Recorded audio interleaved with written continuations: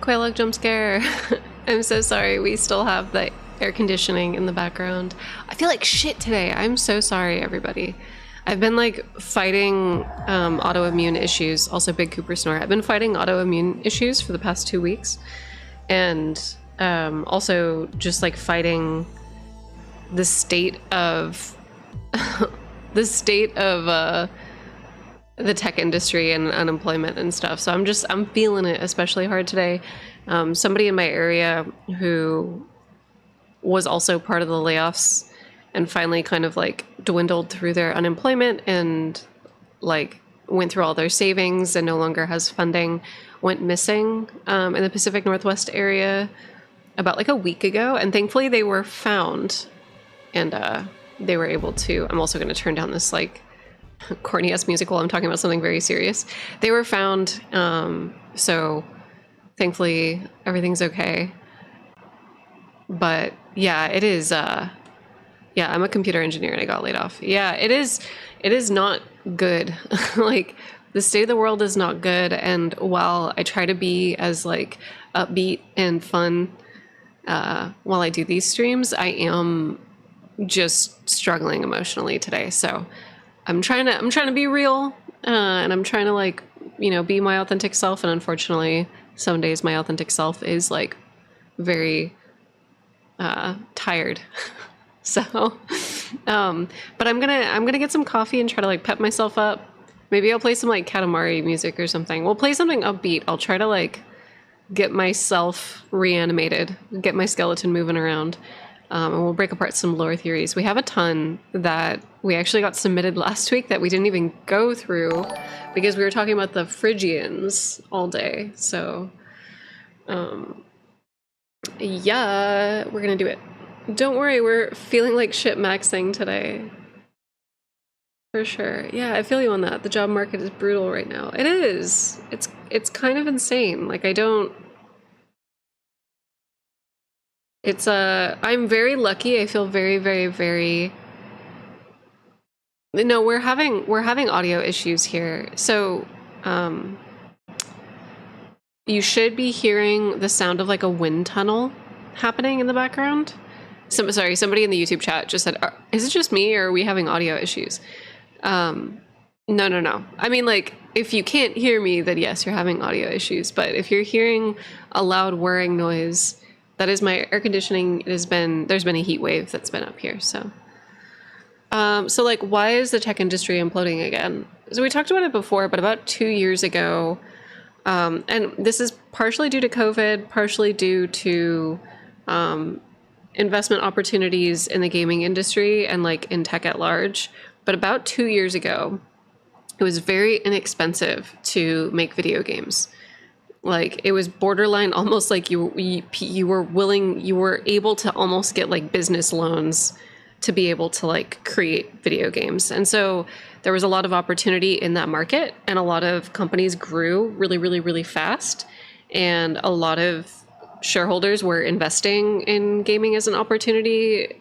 There's also been like a push for games to be seen as like a serious form of art media. And then COVID happened and we also were experiencing a recession and the interest rates and the cost to develop and make video games increased exponentially. It increased like an insane amount to the point where a lot of these studios cannot afford to like there are some instances in which smaller studios have to close their doors because they can't afford the cost to develop games anymore. But then also a lot of larger companies were kind of monopolizing on the market. And I'm not gonna name names, but there were some companies that were very quickly and swiftly buying up a ton of smaller studios. And with these costs increasing, a lot of these larger companies bit off more than they could chew, if that makes sense. So the crash that's happening right now doesn't have anything to do. This is why I get so frustrated about all the dumb shit regarding like people bitching about DEI or like localization, because a lot of the reason why video games have been kind of in the state that they're in, there's like a bunch of different reasons, and it's not as simple. It is not simple. It is not as simple as like people who like women got in the industry and now the industry is like in the tank. That's not what's happening. There's like a lot of different reasons for, you know, like corporate art or companies making safe artistic decisions, or localization teams deciding that they can't localize particular content because it would challenge like the rating score. There's a lot of different reasons why things are the way they are. But unfortunately, it is very easy for really fucking stupid men, period. I can name names. I could name names for fun, but it's like really fucking stupid men who don't understand economics and don't understand why the industry is impacted in the way that it is, that are just causing a whole like Gamergate 2.0 Twitter uprising, just like the worst group of incels you've ever met, blaming women and black people for the state of the gaming industry. It's fucking stupid. It's fucking stupid. And I'll say it loud. I'll say it very loud. Be really fucking annoying about it. But yeah, I love fun. I love fun too. I love video games. Where's Soul Reaver? I want another Soul Reaver. I want more weird, or even like, give me a weird new original vampire video game. Give me a new vampire franchise. I think we're like, it's so tedious and tiring. It really is. It really is. It's very tedious and very tiring. Social media battles are dumb. They absolutely are. 100%. But I'm going to, yeah, I tried V Rising. That's more of a survival. I want like a narrative one. I want a narrative one. A narrative vampire one. Okay, but hold up. I'm going to do a backflip, get some coffee, pull up some new, some lore theories. We're gonna do the damn thing. We're gonna do the damn thing. We're gonna like, I'm gonna slap my shit. I don't know. I don't know where I was going with that. I'm gonna slap my shit, everybody. Let's go. We have to wake the fuck up.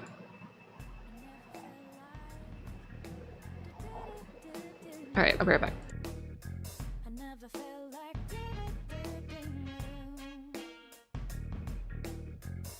Still with me. You gotta tell now. I never felt like. I never felt like. Baby, still with me. You gotta tell now. I never felt like. I never felt like.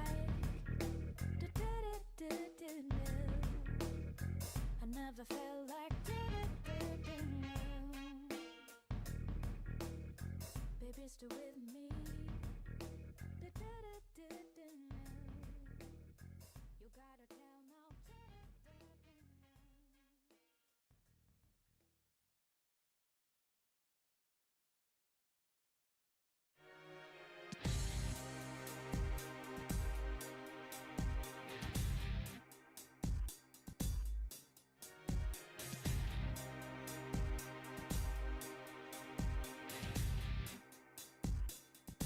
All right, I'm back. I'm back. I got chocolate. I don't know if I want to even, do I even want to be on camera today? I don't know. I simply couldn't tell you. I don't know. I got chocolate though. I'm not even, okay, here's the fucking tea.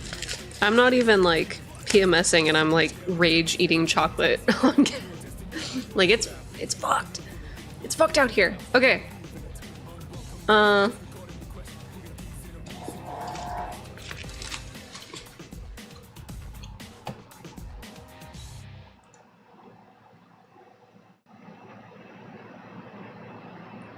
Did that song just pause?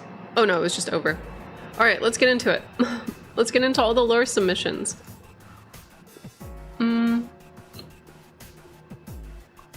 Shrimp.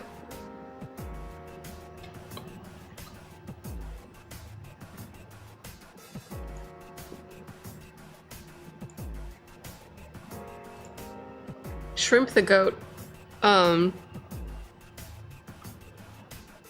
Put together. Sorry. Y'all are like going off. Somebody asked me what I did in the gaming industry. I did UX research and design. So for those of you that are unfamiliar with what that means, it's like gameplay experience, like UI and UX design. It is like the user experience of video games.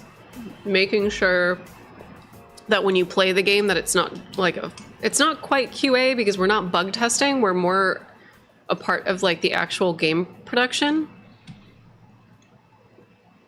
So like QA tests for bugs, but UX research and like design, typically like say if you're making a first person shooter and you know, like the game is like so miserably balanced, it's not about it being a bug, it's just like the experience of playing it is completely unplayable or it doesn't even like hit the mark.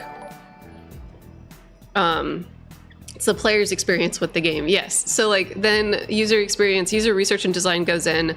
They'll test the game, conduct studies, figure out if like it works, and then or it's like a playable experience.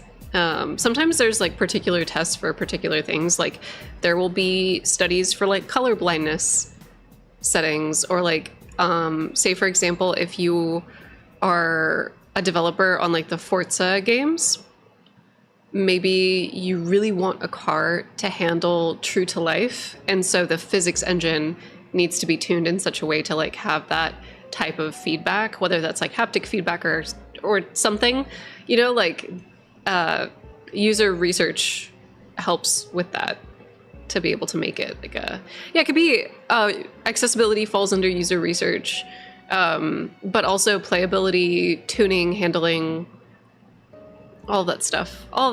It's great. Can you rip a quick drum solo for us? And so this is my partner's drum kit. I'm just now learning, so I cannot rip a quick drum solo, but I promise I'll get to the point where I will. That's the goal. Is that your gaming setup? No, so this is a drum set. This is drum set. Okay, let's get with it though.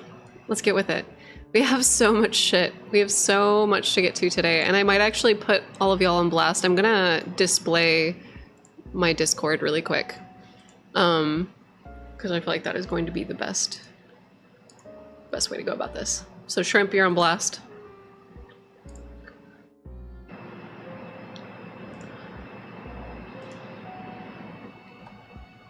What is this ominous Persona music? Okay.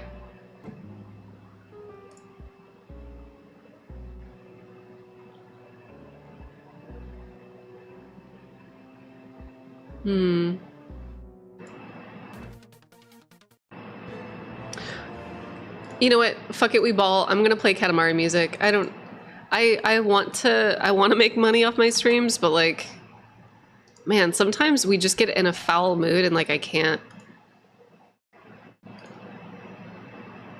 Sometimes you just get in a foul mood and you need to like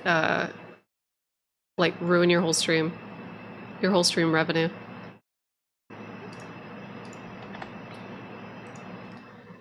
It's just baby's got to do what a baby's got to do in order to be present. All right, let's go. Let's do it. We're so back. Okay. We're here. We're brooding. So I need to like we need to change the vibes for sure. Okay. How do I join the Discord? Discord is currently locked, but I will send links to people who I recognize in the chat. It's like it is a mess. It's a nightmare. I'm really sorry, everybody. Bean Boys, yeah.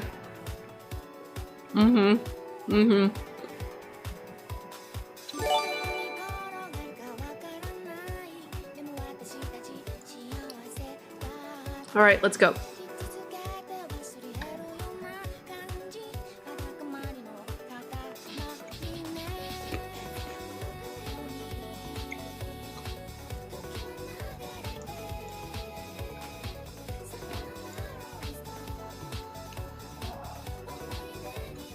Okay, so this is, sorry, who was this shrimp?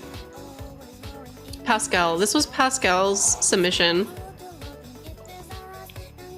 I hate that Discord will hide the names to protect people, obviously, because of stream. But this is Pascal's submission that is, what does Marika do in the Shadow of the Erdtree trailer? Real quick, let me make sure that the music is not too loud. It is very loud. I'm gonna turn it down just a little bit. Okay.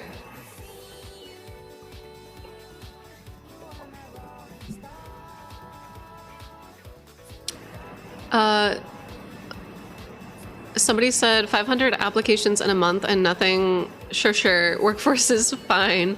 Oh yeah, no, I've had a couple of gigs here and there that I've broken up my resume up and like my application submissions, but I think total since I got laid off, including like gig work and stuff, I think I've like submitted at least like, I'm at like 1,200 resumes now.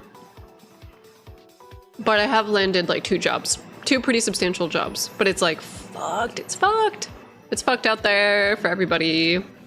Okay, let's go. Bro, it's fucked. Yeah. So, and my numbers aren't even like that high compared to some of the people on LinkedIn. Yeah, I could show you guys my LinkedIn feed. It is horror stories. It is horror stories.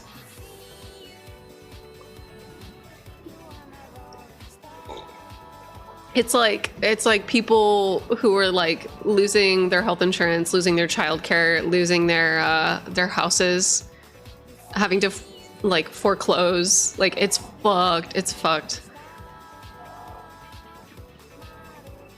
Okay.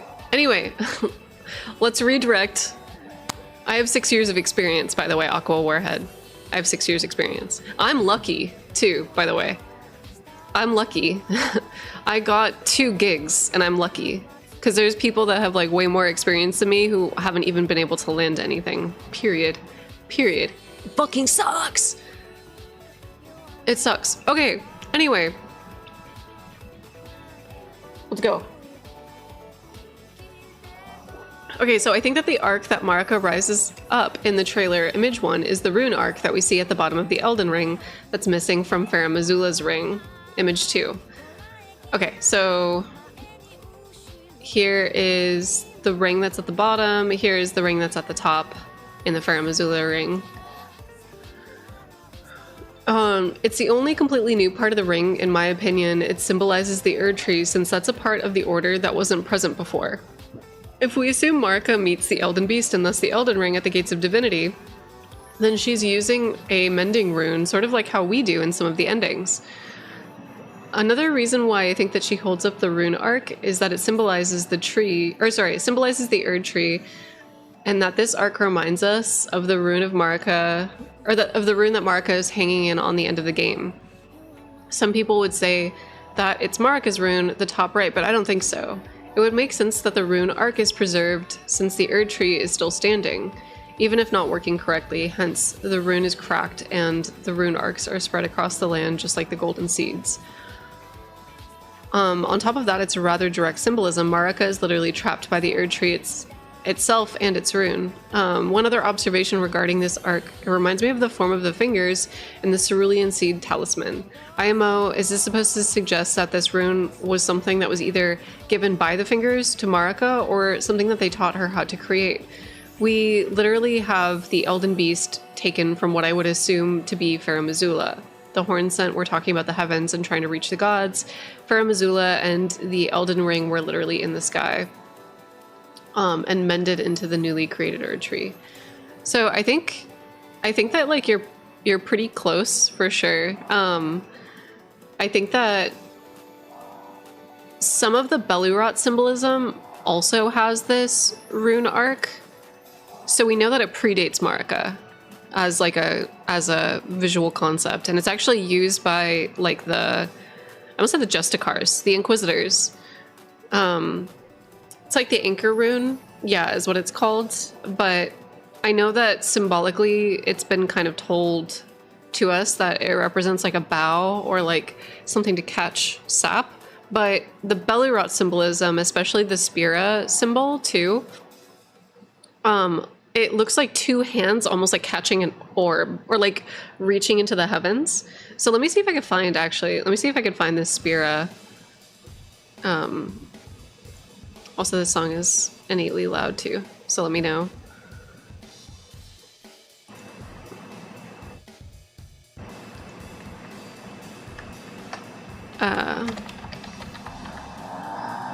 Ooh, big Cooper snore. Big Cooper snore. I think it's the Grandam incantations. There is like a weird sigil on the bottom. I think maybe Spy may have actually sent me a rip of that asset. Let me give it a shot.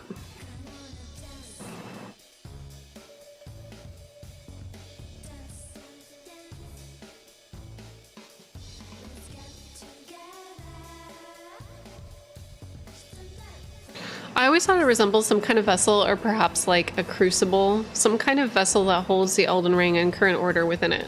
Ooh, I also realized too that the wording is cut off. I'm so sorry, everybody. There we go. Yeah, 100%. It's like the, but I think that the crucible is a little weird, because I actually think the crucible has to do with Rao or Ra, however you want to pronounce it. But I have a lot of thoughts and feelings that I'm going to be putting out in like my next video.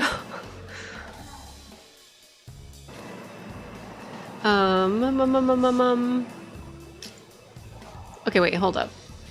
Oh, did you send it just now? Thank you. Okay.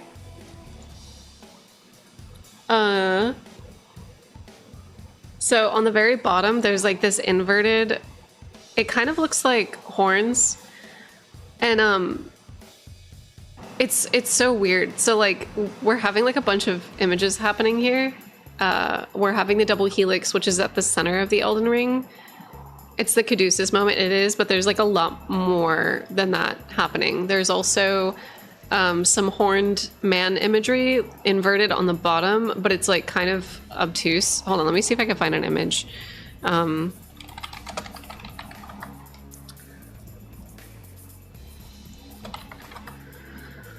whoa.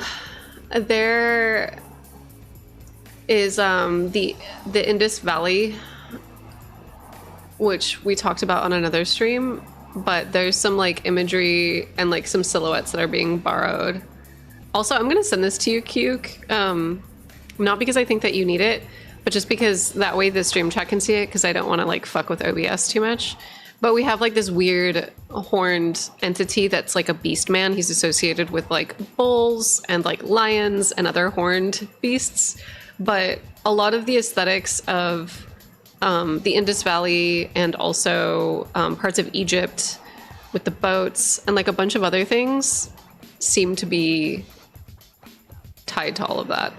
But yeah, this part, this like southernmost area, definitely kind of like to me resembles like the crucible or like the origin of the horn scent, and then we're getting these like antler type trees that are happening, and then we're getting like the balance of opposing forces or like the crucible vortex, and then we're getting like these two hands that are able to like reach through the tree or whatever the fuck the thing in the center is. I'm presuming it's supposed to be the tree because the tree grows in a double helix, but you're able to like reach through the tree like into the heavens. So we have like these two hands that are grasping. So it's pretty sweet. I love to see it. It's also placidosax and adjacent two fingers. Yes, and like we talked about this on another video, but the double helix we find has like a function in the lands between. So the shadow tree and then also the sunflower and meteor staff, they're used to be able to communicate with the greater will. So it kind of seems like the double helix shape has a function. It is able to receive divine communication. So like the double helix is important. But it's also really interesting because the Michaela's needle is also a double helix, and it can actually like intercept influence of the outer gods. So this double helix is like a very powerful means of communication or like breaking communication. It's pretty cool. It's really good world building. I think it's like it's got a lot of neat stuff going on.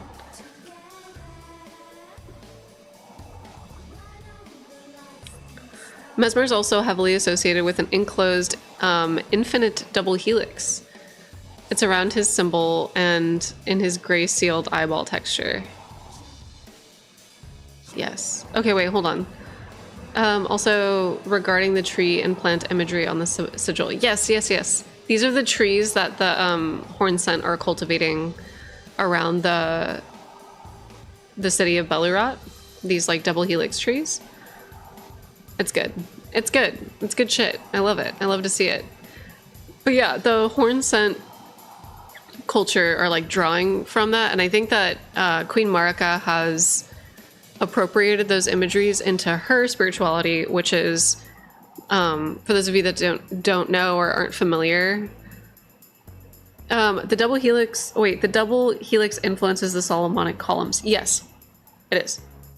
I talk about it in the video about how it's like, it is meant to evoke the Boaz and Joaquin pillars, because it pretty much is a function. These two pillars allow people to perform divine miracles in between them. So having the double helix spiral imagery is effectively like an art way, a visual way, a symbolic way to say that two opposing forces are in balance with one another, and therefore there is harmony and divine miracles that can happen, right? But when we see the shadow tree in the state that it's in, where it definitely seems like one half of it is strangling the other half, and it seems out of balance and lopsided. It's like tilting, and it's like breaking apart and bleeding sap. That is not imbalance. That is an imbalanced spiritual tree. It's an imbalanced, like, holy, divine tree, and the tree acts as like a vessel for communication between us and like the outer gods, right? So she's like fucked it up. It's been fucked up. But also, Meteor has also been fucked up. Like, she has a big stab wound in her chest. It's weird. There's a lot of weird stuff happening, and her tail also no longer receives communication. Shit seems busted in the lands between. But yeah, the Godslayer's blade helix ends in a similar shape as the Horn Scent double helix. Yes, it does. It does. She's feeling a little under the weather. It's true. Also, hold up. Let me get, also similar to the chest wound of the Elden Beast. Ho-ho. Yes. Okay, let me get, I have an idea. I just realized. Dun, dun, dun, dun, dun. I'm gonna do some shenanigans right now.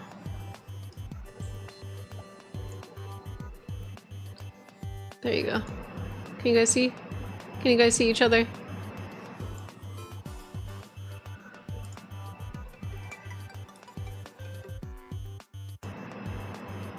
Okay.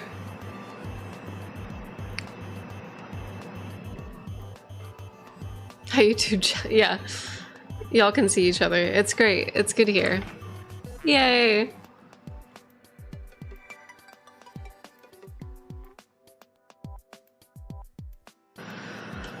The Finger Slayer blade and the Sacred Relic sword are double helixes as well, and the former definitely connects to Meteor in some way. Yeah, but as to whose body makes up the sword, I'm really curious because Radagon's body makes up the Sacred Sword. So Radagon is the sacred, his spine is the Sacred Relic sword. So whose spine is the Finger Slayer blade? That is the question that I have. It's also strange too that Radagon and Marika's spine creates a straight blade, but that the blade of whoever's body came before is like curved.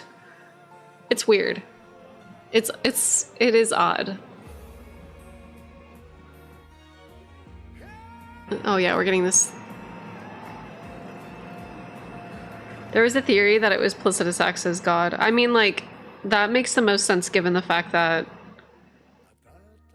No, so, okay, wait, sorry. Somebody said, could the Glowmide Queen be the Godslayer sword? No. So, the Godslayer sword isn't made out of somebody's spine. It does have a double helix, but it is not made out of a spine. I feel like the Glowmide Queen may have been Placidus Axe's god. I definitely think she may have been like the previous Empyrean, just given all the evidence that's in the game. But we never get to see the betrayal. And that is just like an aspect that's lost to history and lost to time, and we just have to be okay with that. Fair, because Velka never made an appearance either, so we just kind of have to... This song is so fucking much right now. Okay.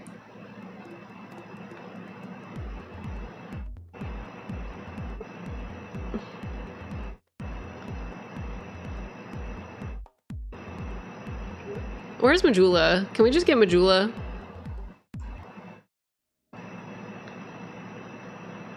Cool. There might be random ads. Apologies.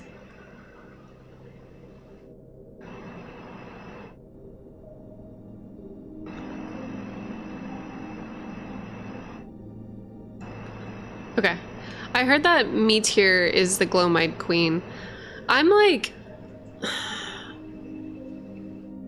I'm 50-50 on that. I do think that the Glowmide Queen's sigil, like the Godslayer's sigil, does look a lot like the fingerprints. And I do think the fact that Meteor is like a mother, and there's this whole theme with swaddling cloths involved in like the Godslayer group, I think that is compelling. She has more of like a pink aesthetic as opposed to like a violet aesthetic or like a dark flame aesthetic. Gloam eye. She has one eye. I think it was more that the Glowmide Queen took inspiration or was some kind of vessel for Meteor. Yes, that's what I think too, Baba. Kind of like how the shape of the Elden Beast is dictated by the shape of the tree. Like, Marika's age is one of gold, and so thus the Elden Beast is influenced by that. But yeah, I'm curious. Maybe that's because the Glowmide Queen directly served under her without any sort of order. I think that like... Oh, wait, somebody said, okay, honestly though, what the fuck was up with that specifically gloam-colored sky and the story trailer? It was literally the same color as Blythe and Melena's eye. Yeah, like that's intentional. I don't think that just because the Glowmide Queen isn't in the DLC that she doesn't exist. She does exist. Like, it's the same shit that we saw with Velka, where like, okay, we play Dark Souls 1, we hear about this character Velka, we assume she's going to show up in the DLC. She doesn't. But then in Dark Souls 3, we have a whole cult dedicated to Velka yet again. Like, she also is like associated with like the Dark Moon and death and sin and a lot of shit that is otherwise like not aesthetically pleasing or like desirable by Gwyn's age. Like, she likes to be, I don't know. Also, thank you so much for all the hair compliments, by the way. The Glowmite Queen may have been an Empyrean chosen by some other fingers that were born of Meteor. Yeah, that's what I think, Javier, for sure. We love our lore fail sons. She's also purple. Yeah, like Velka's whole like color aesthetic is black, crows, purple, or like a dark violet. Like a, or maybe more like a, she's more of like an indigo, because like the Dark Moon is more of like a deep royal blue.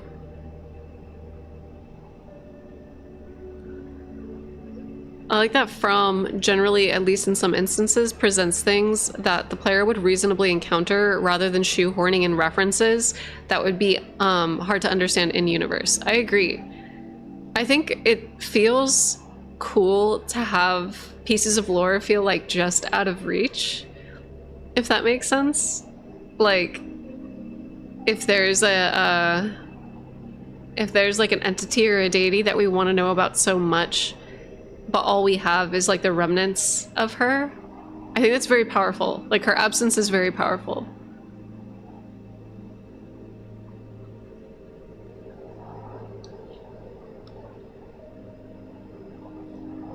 Yeah, I'm totally down. Some people said, I think that Marika may have been the Glowmite Queen, or that was like an aspect of her. I'm totally down with the Glowmite Queen being an aspect of Marika. And that maybe it was Radagon who was the sun and gold and order. But it just seems like the minor Erd Tree incantation in the Shaman village and all the stuff that's happening there thematically is so associated with like kindness and light that I don't know. I just get like the feeling based off of the Godskin apostles and how they're ancient and from like the era of the Crucible and some other like lore tidbits. It seems like the Glowmite Queen is much older than Marika. So, sorry if this has been asked, but do you think the Glowmite Queen was Placidusax's god? Yes. Yeah, we talked about that before. Isn't Saint Trina gloam-colored? Yeah, she becomes gloam-colored. So she originally wasn't. She was a lavender color, but if you get the violet Saint Trina sword in the DLC, it tells you why she becomes that violet color. She becomes like the same colors like grave violets because she's absorbing the putrescence of all the dead bodies that have been sealed away there. So, like, I don't know if it was Eternal. I'm assuming it was during the Eternal Cities era or during some era.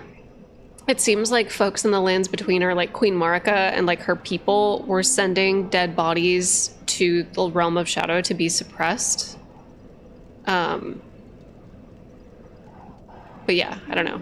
Oh, Quaylock, have you seen any theories that say that Mariko may actually be a successful Jar Saint? Not sure how close I stick to the theory, but I think that there's some legs there, and I would lend credence of the Glowmite Queen being an aspect of her. I definitely think she was like, I don't know. Okay, wait, so it's a little weird. She very clearly is a shaman. Shamans were used and put in jars. And some folks say that there's some like battering and damage, like you could see the teeth whip marks on like her skin in the trailer.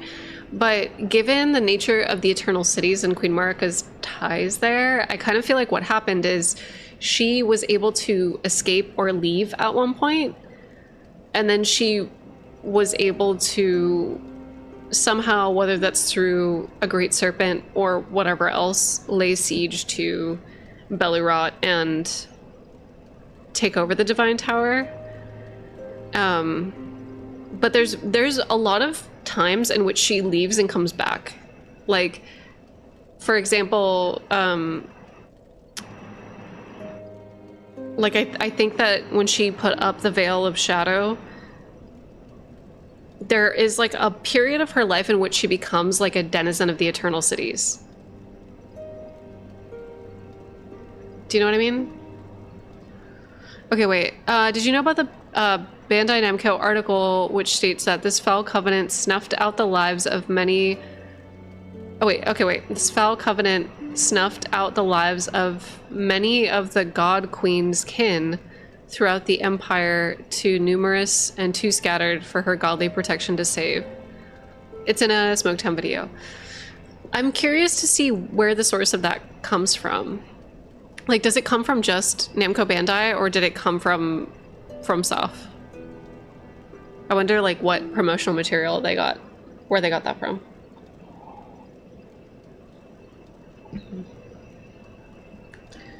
Somehow the Glowmite Queen and the Black Knife Assassins are connected, especially because of Melina.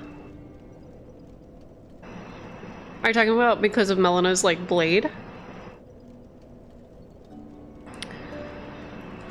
But yeah, the reason why I think Placidus X's god is the Glowmite Queen is because, so the Farum Azula is a giant floating mausoleum. It is like a giant structure that is used to store dead bodies. And, you know, like Placidus X has his boss arena, but the main arena, which is the room that Malekith is located in, has a statue of a young girl surrounded by wolves. But Malekith sealed away the Glowmite Queen. So, like, it makes sense that where he sealed her rune away is likely where he defeated her, or where her rune should be. And it's associated with death. It's called the Forbidden Shadow. It's called Destined Death. It is just... It's odd that, like, Farum Azula, which is a temple for beast people and dragons, has like a statue of a girl. So I think, what evidence is there that Placidus X has a god? His remembrance. So his remembrance says that he's waiting in the storm beyond time because his god was felled.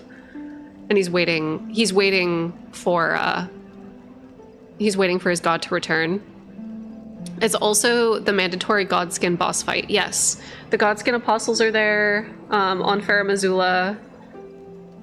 Pretty much like the Godskin apostles are the most informative group. I love the Godskin apostles and the Crucible Knights. I love an ancient order that has been like scattered to the wind because I love to see what they get up to. Oh shit, I had a baby. 9 months. Let's go, Jabber. Let's go. The hair's on fleek, as the kids say, by the way. Thank you so much, Jabber. Thank you. I wanted to go lighter, but I think my hair would quite literally fall out if I did. It is what it is. Like, I really wanted to go like dream hair would be like white with like tons of like dark chunks in it, but trying to relive my Scene Kid era, but it's not happening. She's not happening. My hair is too thin and red. Like, as soon as we bleached my hair was like bright orange. So this is a like a warm color blonde, but like this is this is after putting purple and blue toner in it. Shit is red. You wanted anime white. I get it. Me too. I know, right? We're out here trying to live our, like, Sephiroth, Shishomaru, Inuyasha dreams. It's not gonna happen. I'm not built for it. I'm not built for it. Okay, let's keep going down the theories. I want to make sure that I get through these today because I'm really bad at getting through these. I want to say thank you to Pascal. That was such a good opener for this stream because I feel like we were able to kind of analyze some of the symbolism of the Elden Ring. By the way, speaking of the Glowmite Queen and speaking of the statue of the girl with placidus axe, or the statue of the girl in Farum Azula, which is where Placidus Axe's throne is.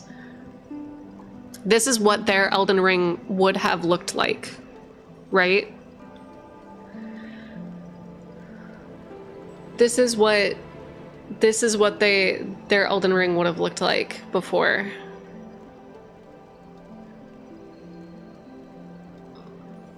I don't really care. So like, what do you think about Tarnished Archaeologist's theory that Melina already burned the Erd Tree once? I'm almost curious if they burned the Shadow Tree. Now that we've seen, if you go to the state, if you go to like the Shadow Tree's roots, like it's all black, but like it's, if you like, if you go and you like run into pieces of the black Shadow Tree, it's like charred. It's like black. It's like charred wood that crumples. Oh, I'm pretty sure that the tree's been burned and Melina is the Kindling Maiden. I agree.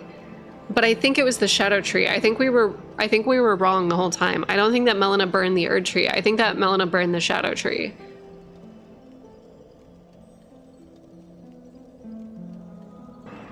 Based on the chalice below it, I thought that the Shadow Tree would be the main tree in the Age of Plenty. Potentially, yeah.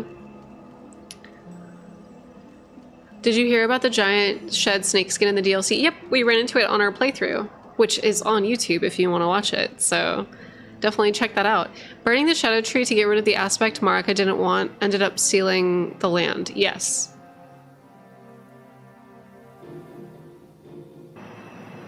How do you feel about Mor being a pest? I don't think Mor is not a pest. He's a baby boy. He's just friends with bugs, which I love. I'm also friends with bugs. Okay. Also, I feel like a lot of people don't know this.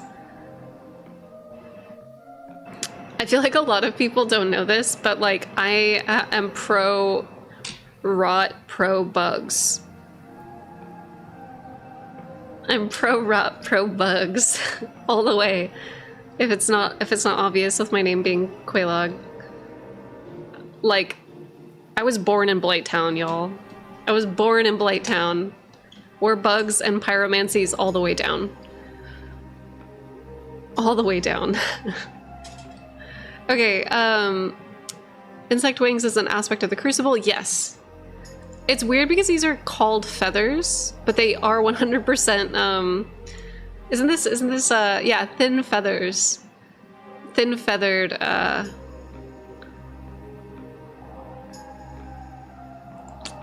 It's strange because it looks like, it could be referencing like when birds preen, almost, but these are fully bugs. These are fully... Quelaag is Romina's strongest warrior, it's true. But yeah, I definitely think that the ailing condition... Yeah, feathers and then their dragonfly wings, yeah. I think that the ailing condition that the people around Bellerot are contracting have to do with the Crucible. Yes! Oh my god, yes! As Sinus in the chat said, IMO, Insect Curse is just Crucible shenanigans. I agree. I think that when the Crucible is like left unattended, or if something changes in the Crucible, I think that it causes like a biblical style plague, which it's very like akin to the Locust Preachers in Dark Souls 3. I read the fly sickness is kind of a parallel of the Omen curse for the Hornsent people. Yeah, I can see that. But it's interesting and odd that the flies and the bugs are a part or an aspect of the Crucible. Returning or regressing. Yeah, I can see that. Fear not the dark, my brothers, and let the feast begin. Yeah. Fear not the dark, my friend. Imagine if Marika's ascending caused it. But the Omen curse isn't actually a curse. No. And like, it's in the same vein of the omen being a curse that the flies are a curse, I feel. I think that there is just natural forces that are at work, and it's very similar to like Nazi ideology, where like the Nazis are like anything that is not Aryan is bad, but how can you declare that when everything that is not Aryan simply exists in nature? How can you declare that? Like, it's the arbitrary and fake labels that we put on things, and the arbitrary and fake labels that we categorize things that make them seem like curses to us, but they're not actually curses. It is just literally nature happening in the background. Like, I think that Marika's kids growing horns was inevitable. I think that it's fucking inevitable. Like, people grew horns.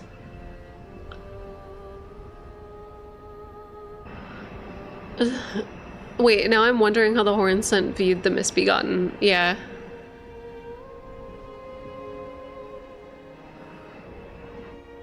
So the horn scent, sorry, the omen curse isn't a curse in the way that we think, but there's specific attributes of omen people. So like the type of rancor that horn scent are able to evoke, it's like a golden skull, whereas like the rancor that the omen are cursed with are almost like weird black gold spirits. And I think that this has to do with the fact that the Shadowland has been severed from the lands between. So there's this veil that's happening now with spirituality, and there's like an innate spiritual aspect to the omen or to the horn scent that have been severed. So it's like, it's weird.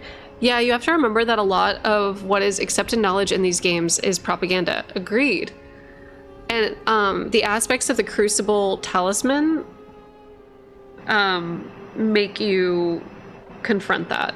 Like, the aspects of the Crucible talisman flat out say that it used to be something that was deemed as holy, but it's now something that's disdained as an impurity as society's advanced. So you're able to kind of like look at that item and be like, okay, other instances in which there are heresies under the Golden Order, like, are these things always deemed as holy, or did these things like change over time? I don't know.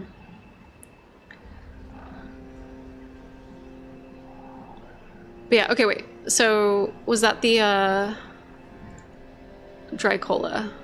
Where are you? A fair warning. I quickly threw this together. Okay. Oh, we're gonna talk about the Stormlord and Siraj. Okay, wait, real quick, dry cola.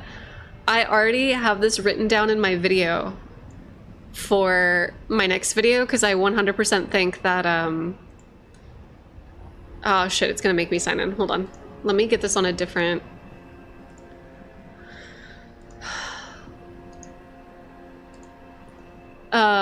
I have like, sorry you guys, I've like put myself in a saw trap.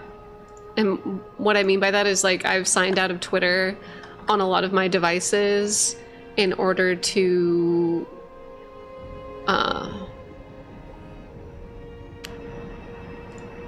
swerve social media from here on out. So if I'm not as responsive on social media, that's why. Because I'm just like, I'm fucking done. I'm toast. Okay. Sorry, I have to move this up. Somebody said, what is up with Ronnie's second face? That's her real face. Are you talking about her spirit? Her soul? That's her real face.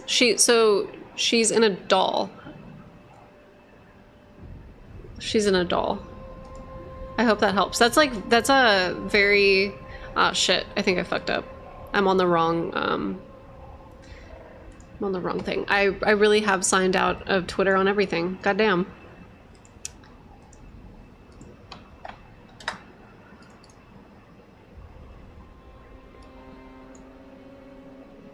Goddamn.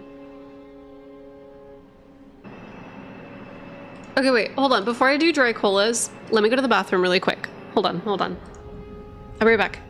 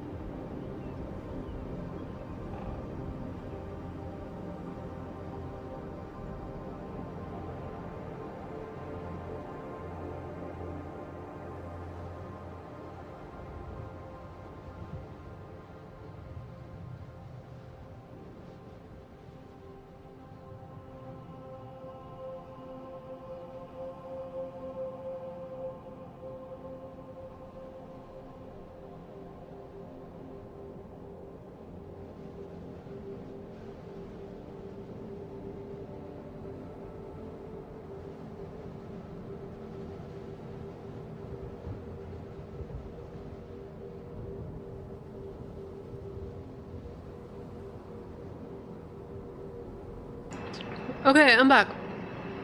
Sorry, quite like jump scare. That was really loud.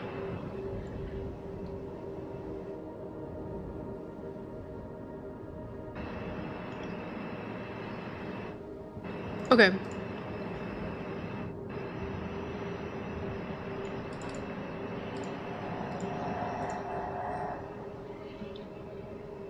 All right, let's get into it.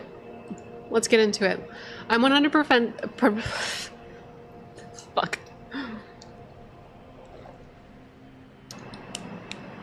Okay. Ooh. I'm 100% convinced that Sarash was the Storm Lord. It genuinely would make a lot less sense if he wasn't, because all of the items... Wait, what? Hold on. Let me start over. I can't read. I'm not reading right now. I'm just like staring. Dude, I'm struggling, Kaio. I'm struggling. Hold on. Give me a second. Give me a second.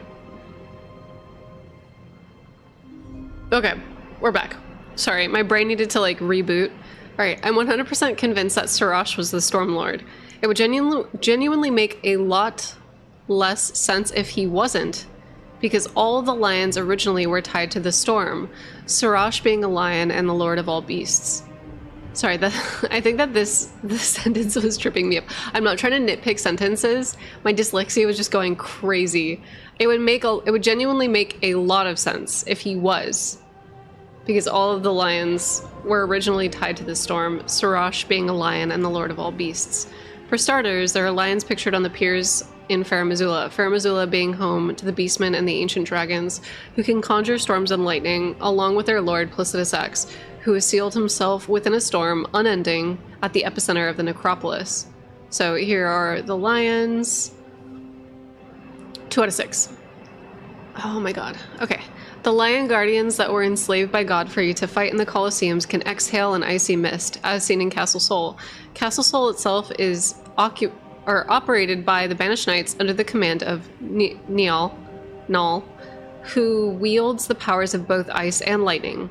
Ice and lightning are the 2 of the 3 aspects of storm, all of which are seen in the dancing lion fight: lightning, wind, and ice. I would also say, I'm sure that you meant to include that too, but the gravelstone is also like a component of it. But yeah. Okay. Also, another thing that I want to add to this, I don't know if you've talked about this yet. I don't know if Dry Cola is here. Sorry, somebody asks, are you dyslexic, Quaylog? Yes, I am. Very, very critically so. So, like, Lore Theory Thursdays is, like, my favorite day of the week because I get to connect with you guys. But it is also, like, actual hell. It is actual hell for me to get through. Because, I am, like... My dyslexia goes fucking insane. It sucks. It sucks. Okay.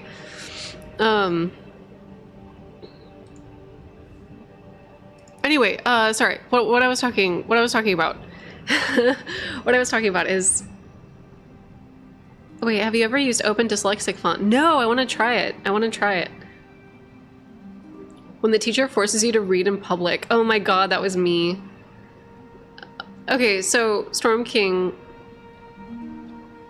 I definitely am with you that I think Sirash was the Storm King or the Storm Lord. Sorry, the Storm Lord, because both the lions and the birds are being held captive by Stormvale, by the Stormvale Knights.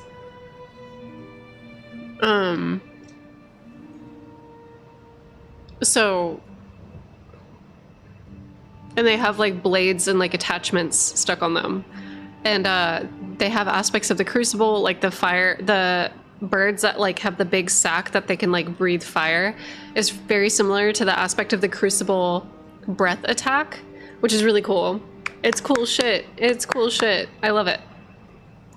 Descriptions say the light of grace faded from Godfrey's eyes after he took Sirash as his Lord Regent, after he beat the Stormlord, as if they were the same event.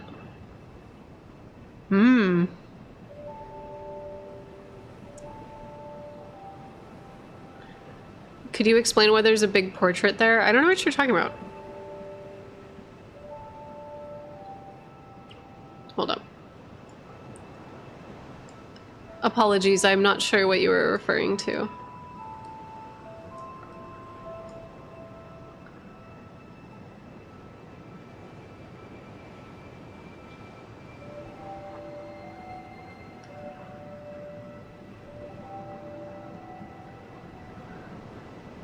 I don't think Sirash peacefully joined AI Battery.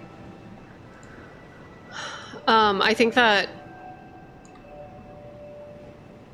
No, I mean, that would explain why there's a big portrait of Sirash and Godfrey in Stormvale. Oh yeah, for sure. And also, too, the fact that Nefeli Lu is the rightful heir of Stormvale Castle. There's definitely a tie in there between Godfrey, Sirash, and Stormvale Castle. I can use my words. Okay. The Divine Beast Warriors and the Sculpted Keepers did not have the powers of the storm innately. Only by hunting lions and wearing their pelts and their heads were they able to invoke the beast power over the storm. Yes, yes, among the Divine Warriors, only those who truly excel at Divine Invocation become Sculpted Keepers. They're granted the honor of the Lion Dance. The most damning of all is the Banished Knights who served the Stormlord, and the Ancient Dragons have a shield displaying the symbol of the heraldic lion with the crucible horns, a protruding tongue, and long feathery tails. A very similar symbol to the one upon their shields that can be seen on the Tree and Beast surcoat worn by the soldiers of Godric. The surcoat describes how the symbol represents Beast Regent, Sirash, the Banished Knight. One of the two banished knights, dubbed the Wings of the Storm. Despite his banishment, he rejected the invitation of the grace-given lord. Instead of keeping watch over the masterless castle for many years, getting renown as hero of the fringes. And so here's the lion phoenix. The surcoat depicts the distant Erd tree and the Beast Regent, an emblem of the golden lineage. Both are symbols of glory now past. So yes. Divine Invocation also seems to be some kind of communion with the Crucible, although that could take the form of a hunt. Yes. Fully. There definitely seemed... The Divine Bird Warriors, I think, also play into this whole theory, too. Dracola, I wish you were here. Dracola, I wish you were here, because I have so much to talk to you about. Because, like, I've been on the same train of thought as you, but with the birds. Like, you've been researching the lion hunters, but I've been researching, like, the Rao horn scent lion divine dancers, and I've been on the flip side of that in tandem with you, but, like, with the bird warriors. And I definitely think they both came from this like appreciation of the crucible. For sure. For sure, for sure. Okay. So I think it's pretty safe to say that Sarash was indeed the Storm Lord, as it would have been quite strange that the Lord of Beasts, a lion, is the only one of his kind not to wield the aspects of the storm. However, with this in mind, that could suggest the crucible horn seen on the Lion Guardians and the Divine Beasts was a later implementation after Sarash became the Lord of Beasts, as Sarash doesn't display any of these horns himself. This can mean that the crucible was later a form of divinity that came after Farum Azula and the Ancient Dragons, or perhaps the crucible did exist at the same time as Farum Azula, but was previously cut off until eventually coalescing as the Hornsent and the Azula Beastmen intermingled.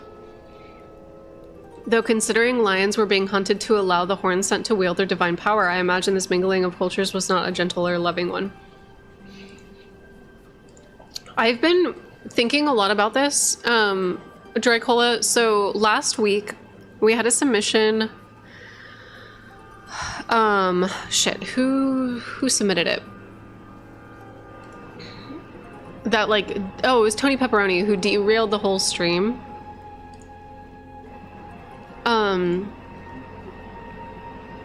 This is not it. Because we were talking about Rao, the ancient city of Rao, and we were talking about hold on, let me show you.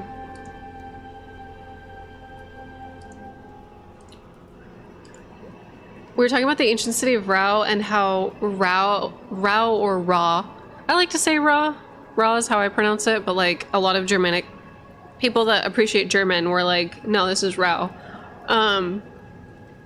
We were realizing that there is like a faint spiritual light that exists within the horns, and there is like a teratoma, like a spiritual teratoma that grows in the ancient city. And we think that it might have to do with the Elden Stars initially landing, because the Elden Stars has the double helix imagery in it. And so there might be some kind of relationship with the way that like things grow in proximity of like where the Elden Stars crashed. And there's a lot of like meteoric ore and other lore that ties into a lot of this a little bit. So I'm kind of thinking that like maybe during Farum Azula's age. No, during Farum Azula's age there would have been intermingling. Because the god skins.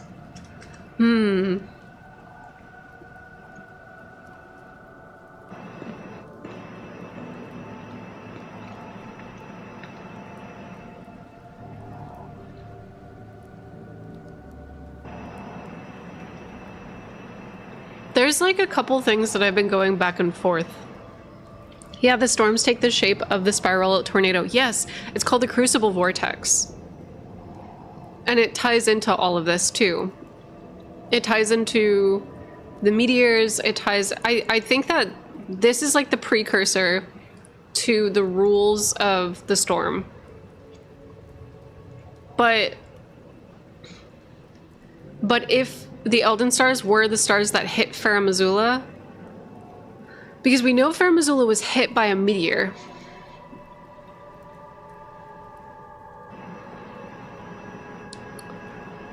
Somebody bust out the Fibonacci spiral. I know, I was literally talking about how it was really clever of them to use the Fibonacci sequence as like their world building for, I don't know.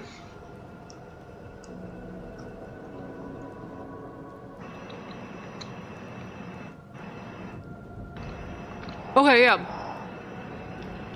So JM, the people of Ra seem to worship nature and the divine beasts, but the bird warriors are like the first people that like started hunting.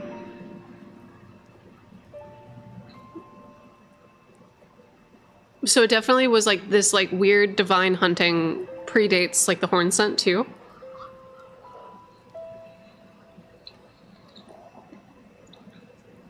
Mm-hmm. Javier, yeah.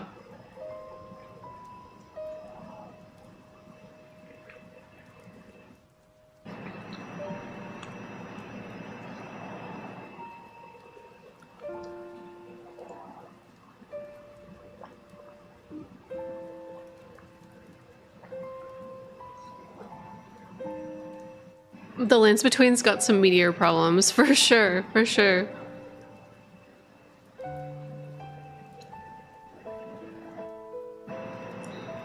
Is this...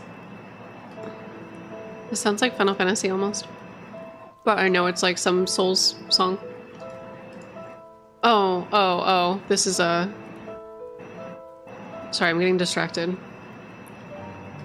Longing? Dark Souls 2?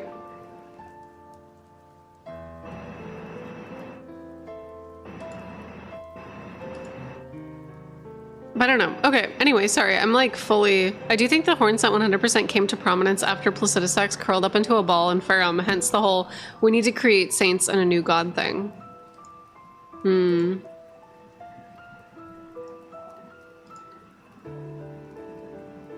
Alright, hold on. Sorry, I'm transitioning over to the next theory because I feel like we got so much shit. We got so much shit. Okay. Dry Cola, your submission is fire. I agree with you. I think there's a lot to be gleaned about Ra and Belirot based off of the relationship with the Storm Lord and the Divine Beasts. Baal versus Placidusax is also such an obvious mirror to the human scale of conflicts in the setting. Fire versus gold, how often does this reoccur? Yeah, a lot. We're also getting, with Baal versus Placidusax, we're also getting the repeating story iteration of Seath versus the Everlasting Dragons. Because the Everlasting Dragons had, like, scales that allowed them to be immortal. And I think that Baal the Dread he's kind of, like, tearing that whole situation down.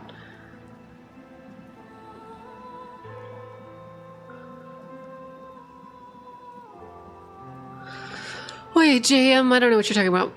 Baal versus Placidusax, Fire versus Gold.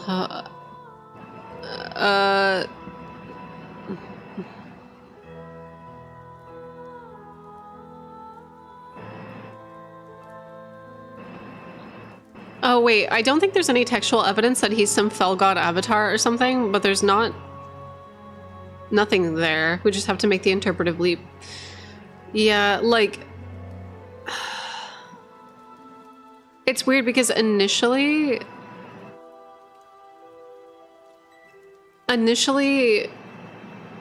it used to be fire versus cold, and then fire and night. Fire just seems to be against everybody at some point in history. It's bonkers. There's a lot. Okay, wait, what are your thoughts on the consistent themes of fight fire with fire in the DLC? Mesmer snakes, taming the abyssal serpent, furnace pots, killing furnace golems, gravel stones, etc. I mean, like, fire is cleansing. We've talked about fire in, like, Celtic mythology before, and, like, how it's a cleansing, healing flame. There's a lot.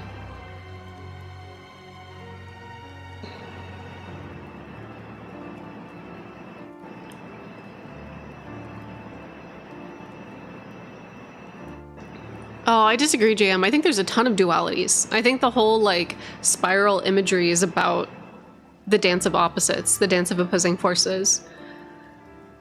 Hence why a lot of the gods have, like, dual aspects of themselves. It's like the conflict of dualities. And, like, learning internal balance. Okay, let's move on to Lyra. Okay, Lyra was the crucible one. So then let's move on to Kaio. We're getting through it. We're getting through it today. Just putting this here because it's making me cry. Can I brain rot for a second about this damn shield? It uses the same kanji in Japan as it does to refer to Marika's village, the shamans relating to the shrine maidens. I think the maiden here is either Marika or the shamans in general. So this is the shield made to venerate a maiden whose eyes were crushed by the briars of sin before being reborn into this land. Venerating the repose of the soul, this shield boosts focus. The briars can be used to attack foes. It's weird because, like, Kaio, get out here. Where are you, you nerd? I don't know. We don't see the briars being used on the shamans or the pots at all. But it's really interesting that, like, we see briars being used by Marika and Mesmer to seal away the shadow tree.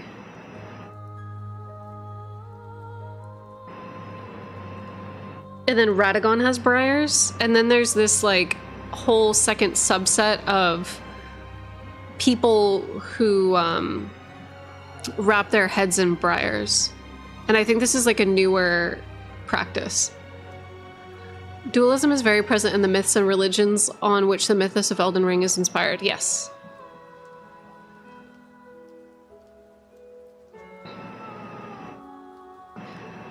Was it Marika's eyes? The forbidden grapes? Maybe. I don't know. Marika seems to have, like, given... There's a lot of eye gore happening, but I think a lot of that is, like, in regard to, like, the Odin motif.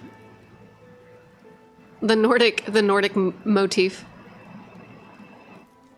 But yeah, specifically, we don't see them being, like, wrapped around people's heads until a little bit later. And we start to see those maidens that run around with, like, the briar thorns on their heads with the flame monks. Yeah, with the flame monks. The red ladies use the briars of sin. Yes. Thank you, Emily. Thank you so much. Thorns and needles have powers to contain sin. It's needles that suppress Midra's frenzied flame. Yes. And then also, to further your point, Gorexilla,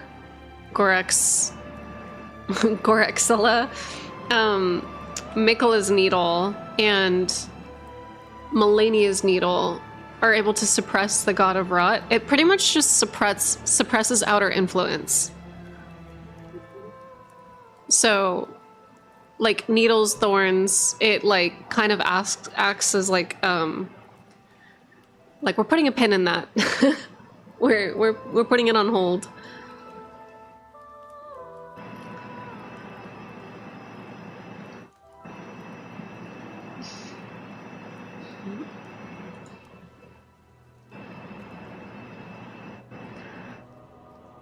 Oof, my internet fell out when it's my thing. Oh, okay. To give you the TLDR, Kaio, I don't think that this is in relation to the Shrine Maidens, because the Shrine Maidens don't typically have needles or thorns associated with them in the jar rituals. But we do have the Briars of Sin enemies, which are the maidens who quite literally, like, puncture out their eyes using the Briars of Sin, or using the briars. But I do think it's, like, to emulate something. But we were talking about how needles and briars typically can, like, stop the influence of outer gods, or they suppress sin. We see it a lot. We see it a lot in the game. But we don't typically see briars associated with the maidens at the shaman village. We see pots more associated with them. That's the only difference. But I think that this shield is in reference to, what are they called? What is that enemy type called? It's the Briar, is it just Briar Maiden? Is that what they are? What are they called? Those little ladies with the sticks. Do you know who I'm talking about?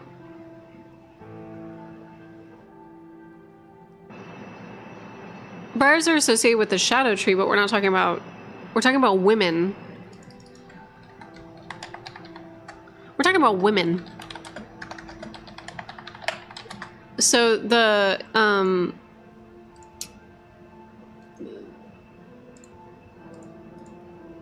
shaman in the DLC typically aren't seen wearing a crown of thorns. But it's supposed to be...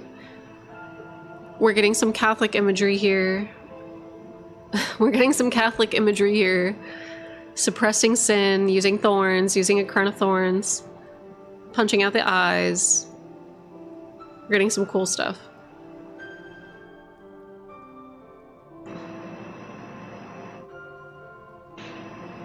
But yeah.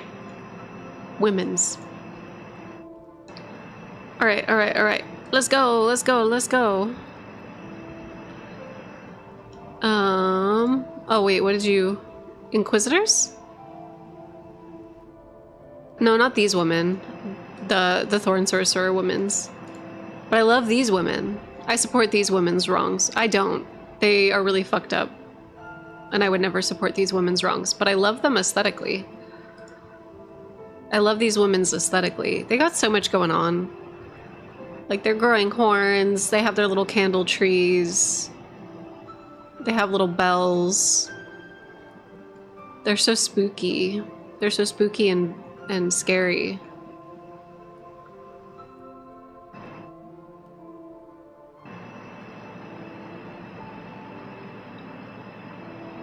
Mr. Twitch, hello, ban this streamer. Yeah. Okay. Let's keep going. Scrimps, where are you? Okay. Kaio. So we got like a couple from Valkyria. My obsession with Mesmer's parentage, adjusted, re-uploaded. I'm new, so apologies if I go over things you've already discussed. That's okay. I'm about it. Oh, it's a PDF? Okay. We're okay. Oh Lord. Woo, we in it. Yes. Okay, wait. Does anyone remember where in the DLC it tells you about the guilty being put into jars to become saints? The Lamenter's jail? Maybe it's like the...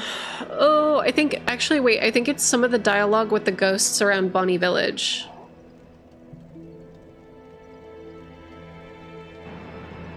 It's a 300-page essay.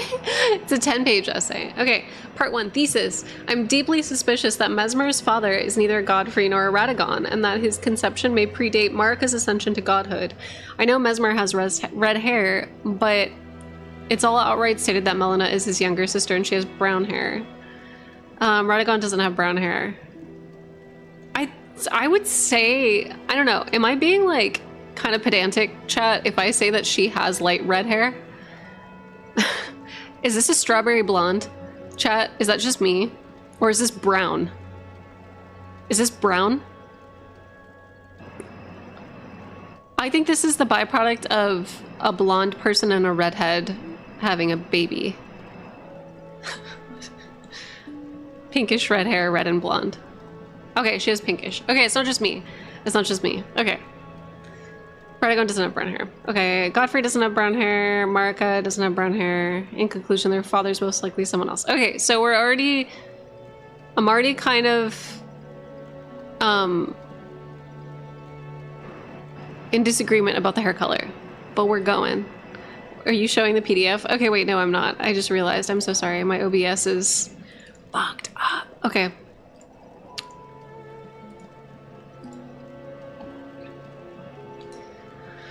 It turns black in the Frenzied Flame ending. Yeah, it does.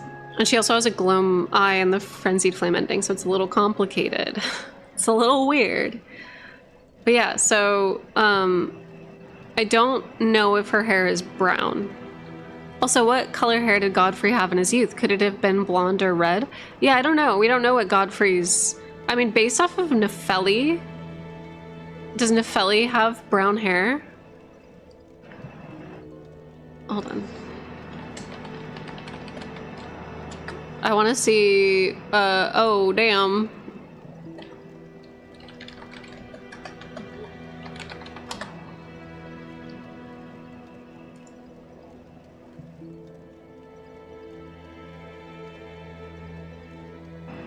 No. I might need to, these are all reimaginings. I might need to watch this video. Hold on. Garden of Eyes, save me. Oh my god.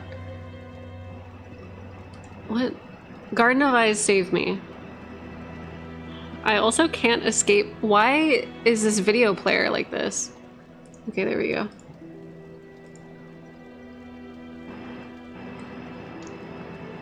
Okay, wait, who's this? Vare, Fia, Dung Eater, Sullivis, Tanith, Witch Hunter, Nefeli.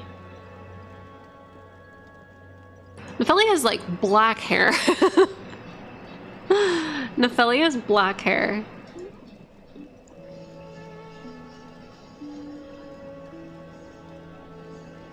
She has very dark brown hair. Yeah, okay, so Godfrey could potentially have had black hair or brown hair. Her hair is wild. Yeah, so maybe she's a Stark. Yeah. Opening questions. When it comes to of who Mesmer and Melena's other parent is, there are a few other questions that need to be answered. Why does Mesmer have red hair? Why is Mesmer part snake? Why does Melena have brown hair? Why is Melena's other eye purple/gloam? After inspecting Mesmer's kindling, it appears to be his eye. Both Mesmer and Melena have one eye closed. It stands to reason that should Mesmer's flame be contained in his closed eye, so too might be Melena's. Notably, the color purple is the color of Ghost Flame, not Ghost Flame in the game, but Ghost Flame as it's referenced in the game Violet item description. Ghost Flame is empowered by the unsealed Dust and Death. This also gives a bit more context onto the Beast Claw mark covering Melena's eye, as it appears that Malekith may have been instrumental in sealing away that power. To be honest, having magic flames that can destroy the world as we know it, should they ever be released sealed behind a character's left eye, is giving Chunibyo Miyazaki. Why do both Mesmer and Melena have associations with fire? Oh yeah, here's Melena when she has her like dark brown hair. When she gets unsealed. So it changes from that strawberry blonde pink color to this like dark black, dark brown. Why do both Mesmer and Melena have associations with fire? The Maury Povich show. When it comes to Godfrey, neither Mesmer nor Melena bear any resemblance to him whatsoever. Neither have the characteristic of white hair, nor have they at any point stated to be part of the golden lineage. All of Godfrey's descendants are presented in the context of Godfrey. Godric is obsessed with living up to his forefathers. Godfroy attempts to be a conqueror of similar prowess. Morgoth dedicates himself to preserving that which his father built and embraced him in the end. Morg attempts to follow his father's lead to establish a new dynasty as lord. And Godwyn is their golden child, the perfect heir, who seems to have been the only one considered worthy of inheriting his legacy. Even Nefeli Lu inherits Stormvale as its rightful heir because of her descendants from Godfrey. Radagon being the father causes more problems than it solves. When it comes to timing, we know Mesmer is older than Radon, and since Melena is only ever stated to be Mesmer's younger brother, we can extrapolate that she most likely is as well. This means that if Radagon is their father, he must have coupled with Marika prior to marrying Renala, which we have no textual or implied evidence for. I disagree, but I will explain. I disagree with this statement, but I will explain. And which we should somewhat undercut the gravity of Marika taking him as a consort later in the timeline. As far as the lore is concerned, Radagon is politically and culturally irrelevant until the Liurnian Wars. Additionally, Mesmer and Melena are never stated to have any of the special qualities that are seen as so unique to Mikola and Malenia. They're not described as being uniquely vulnerable due to their heritage, nor are they cast as being particularly prodigious,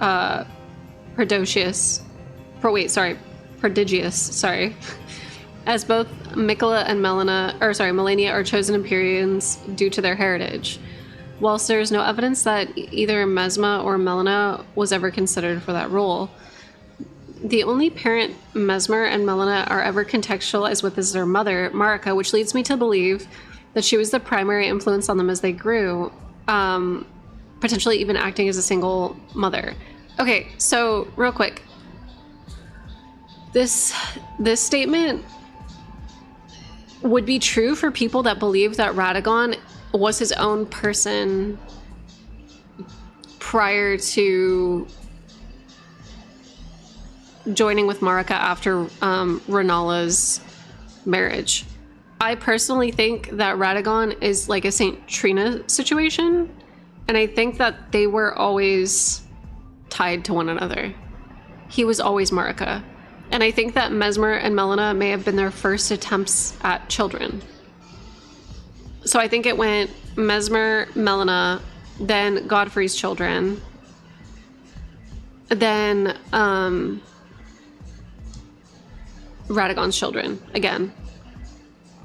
Which is very like Cersei Lannister of Marika to be doing, to be honest. It's very Cersei.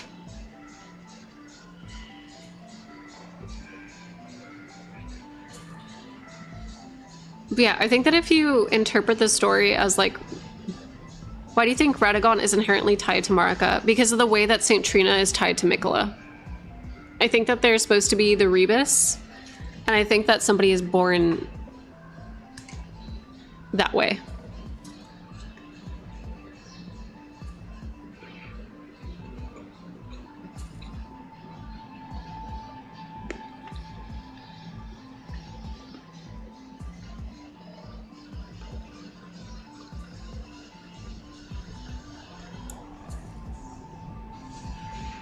So theoretically, Saint Trina and Mikola could have children. I mean, if you want to be weird about it, yeah.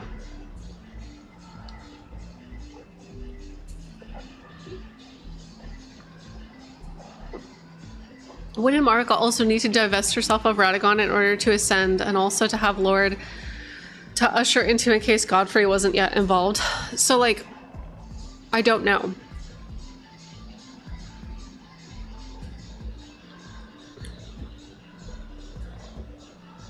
Because the reason why Mikola had to divest themselves of things in order to transcend is like,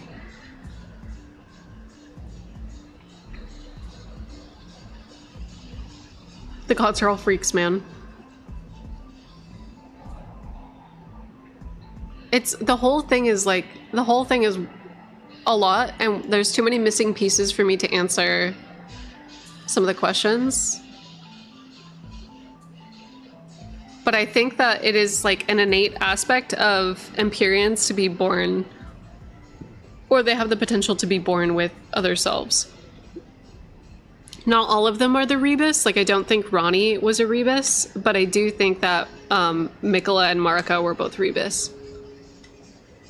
But it's like hard to say.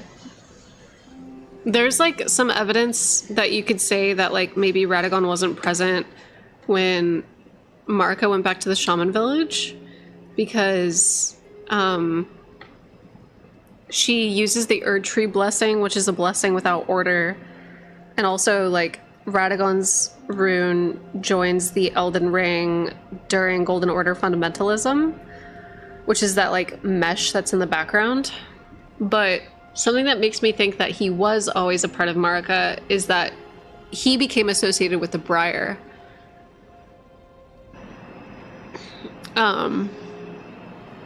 There's a lot that is like in support of both, which is like really rough. I think also too, something else that's like really crazy is that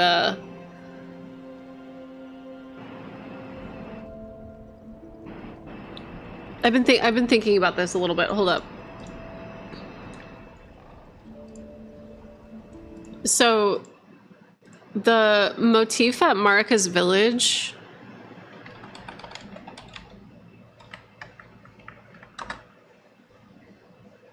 let me see if I could find it. So this song,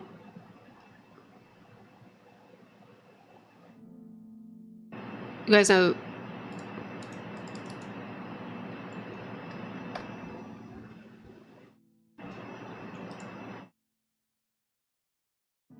this is like a part of Radagon's theme. Jump scared by Radagon. Stop. This is... It's not the Elden Beast song. It's the I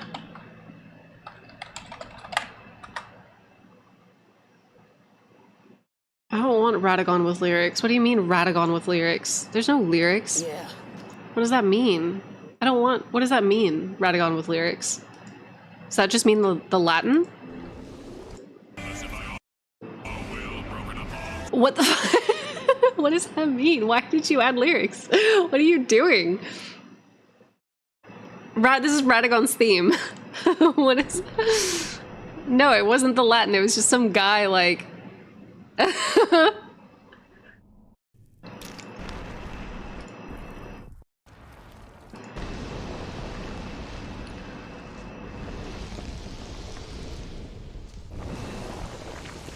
A straight dude culture.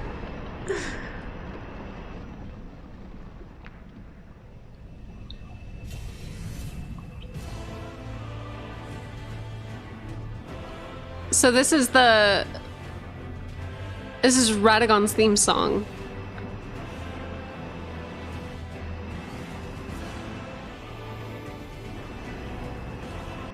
This is Radagon's theme song.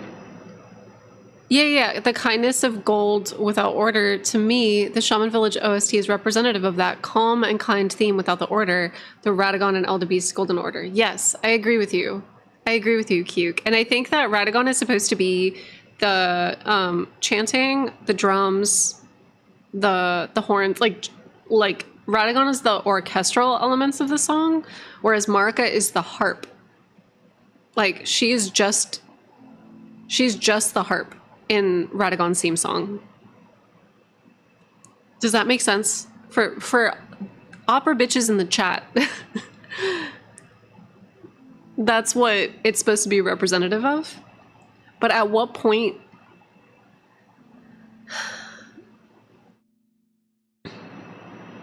does she...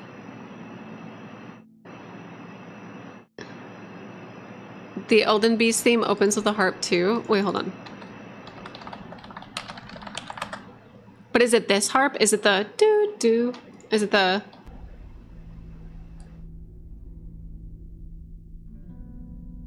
I guess it is.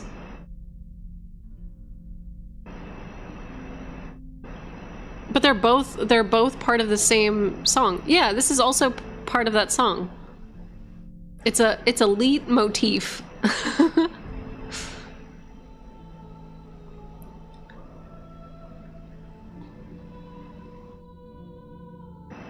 What is that? Lay motif? Lay motif? Elite motif, yeah. And then wait, hold on. Elden Ring. Start menu. So I would say Radagon is like the orchestral elements. The Elden Beast is the weird alien singing, the weird like whoa, like the weird like atmospheric singing, and then the harp would be Marika. The fallen leitmotifs still tell a story, yeah. So you could hear it here too. Leitmotif.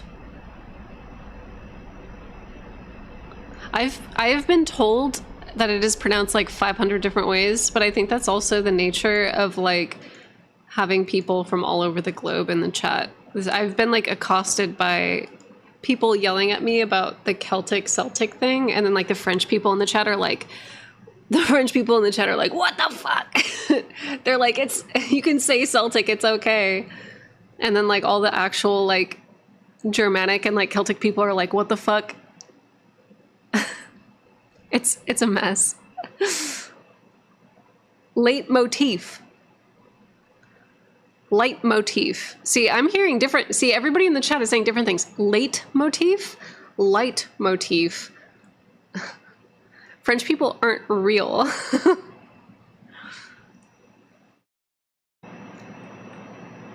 Celtic? Yeah, you could say... So, like... It's complicated. There's, like, a whole history about the Celtic versus Celtic thing, and it has persisted into the Americas. Because one of our sports teams is called the Boston Celtics. I say Celtic just to make people mad. And then there's also like a football, like a soccer team that is also called the Celtics in Europe. But then it changed in like the late 1800s or like early 1900s or something. I don't fucking know. I don't even know.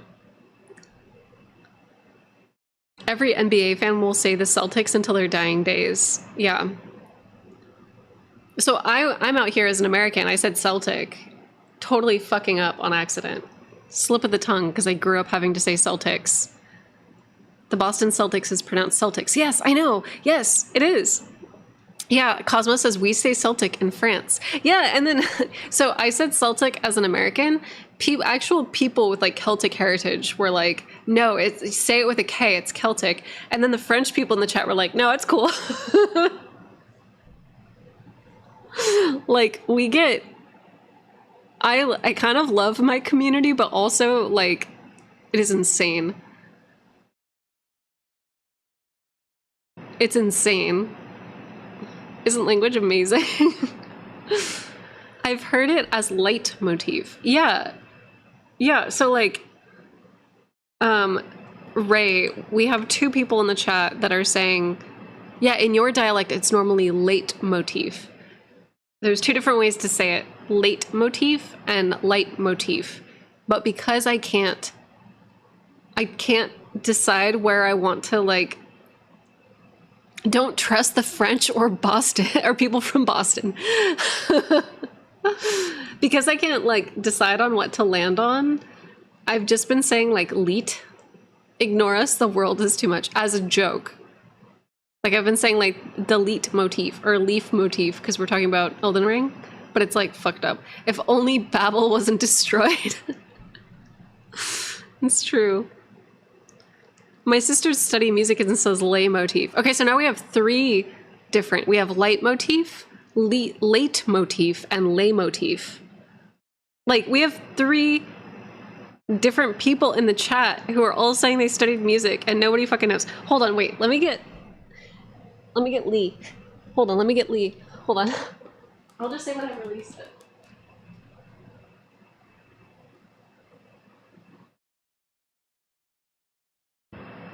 Wait.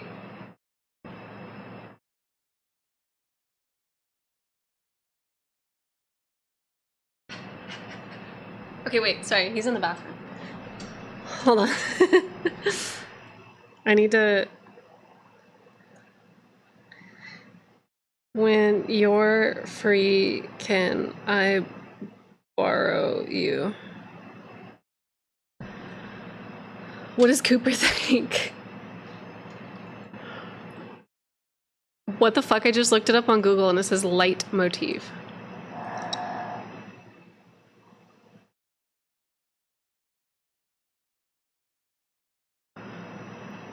Like, I think it depends on if you're coming from it from German, Latin, or fucking something else.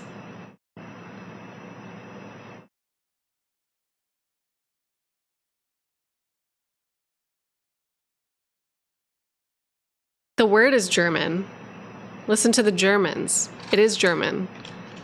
Oh my god. Fuck, y'all.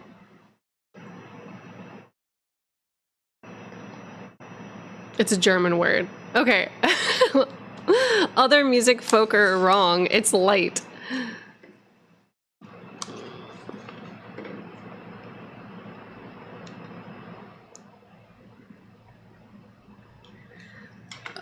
Okay. Well, this is Lore Theory Thursday, right?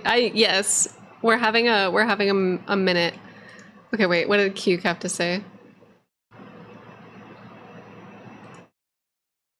Here's the Frenzied Flame comparison. So that way we can distract ourselves from this pronunciation war. Wait, Lee, can I borrow you for a second? No. We're having a linguistics war in the chat. Oh, why? So, leitmotif, leitmotif, leitmotif. It's leitmotif. Okay, Why? that's all. We're just having an argument about it.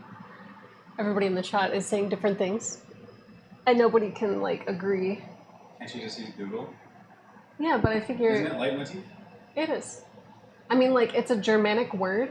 In Germany, it would be leitmotif, but other countries say it differently, and other areas.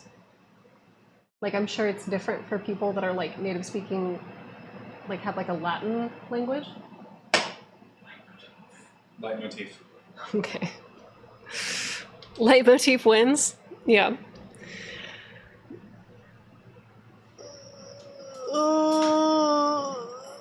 As a Chinese native speaker, I was very, very confused by all the words I'm trying to learn. I'm glad we have a language theory Thursday. Yeah, I'm here for y'all, apparently.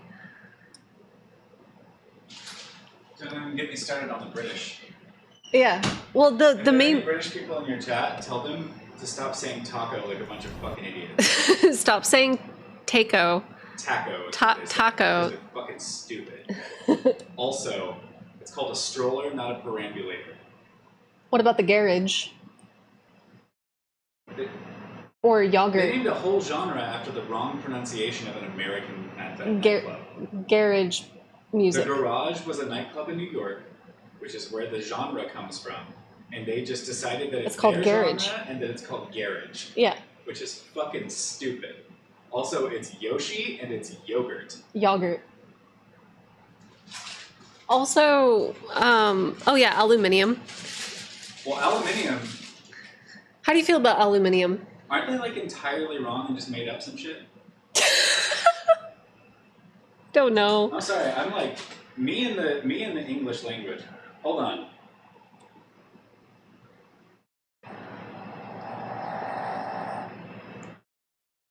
Now tell me how you pronounce macaron. So there's macaron? Aluminium. Hold on. Aluminum is older than aluminium. So they just made up aluminium? Yeah, they just fucked it up. Wow. Okay, wait. Okay.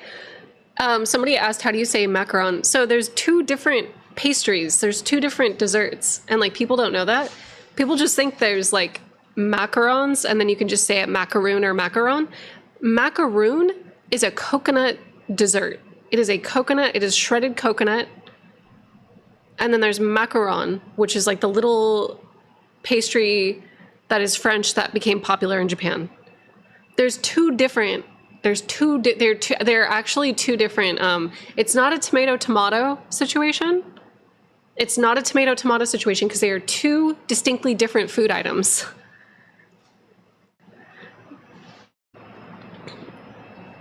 There's two different food items. Lee, did Marika give birth to Radagon?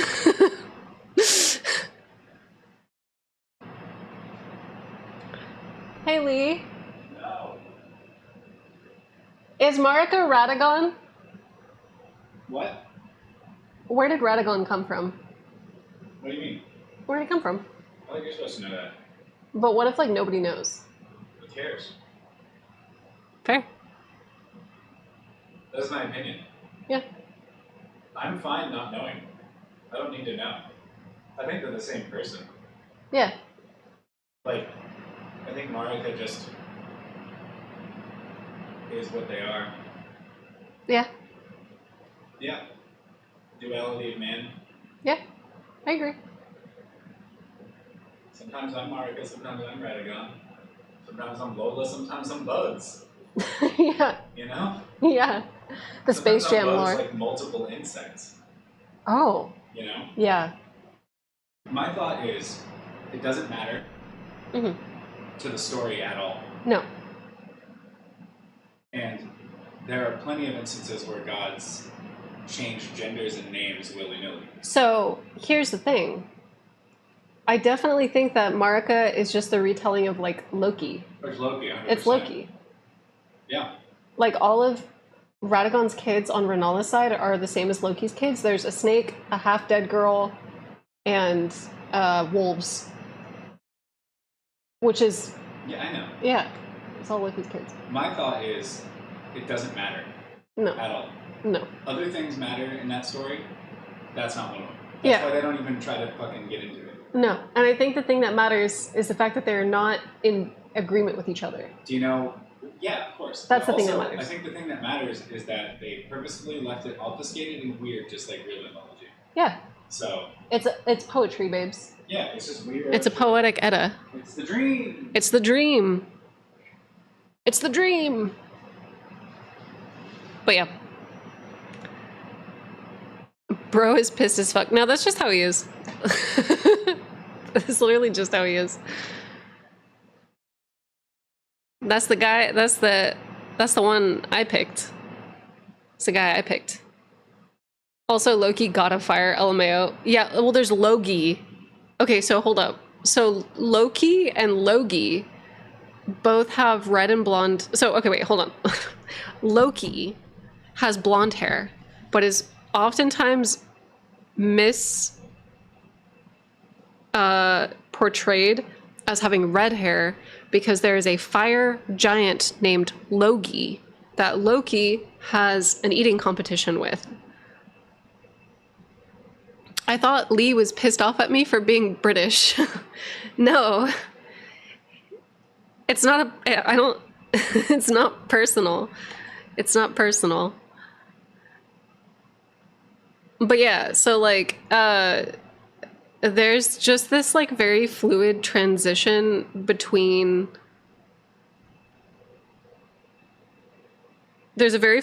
transition between like primordial beasts.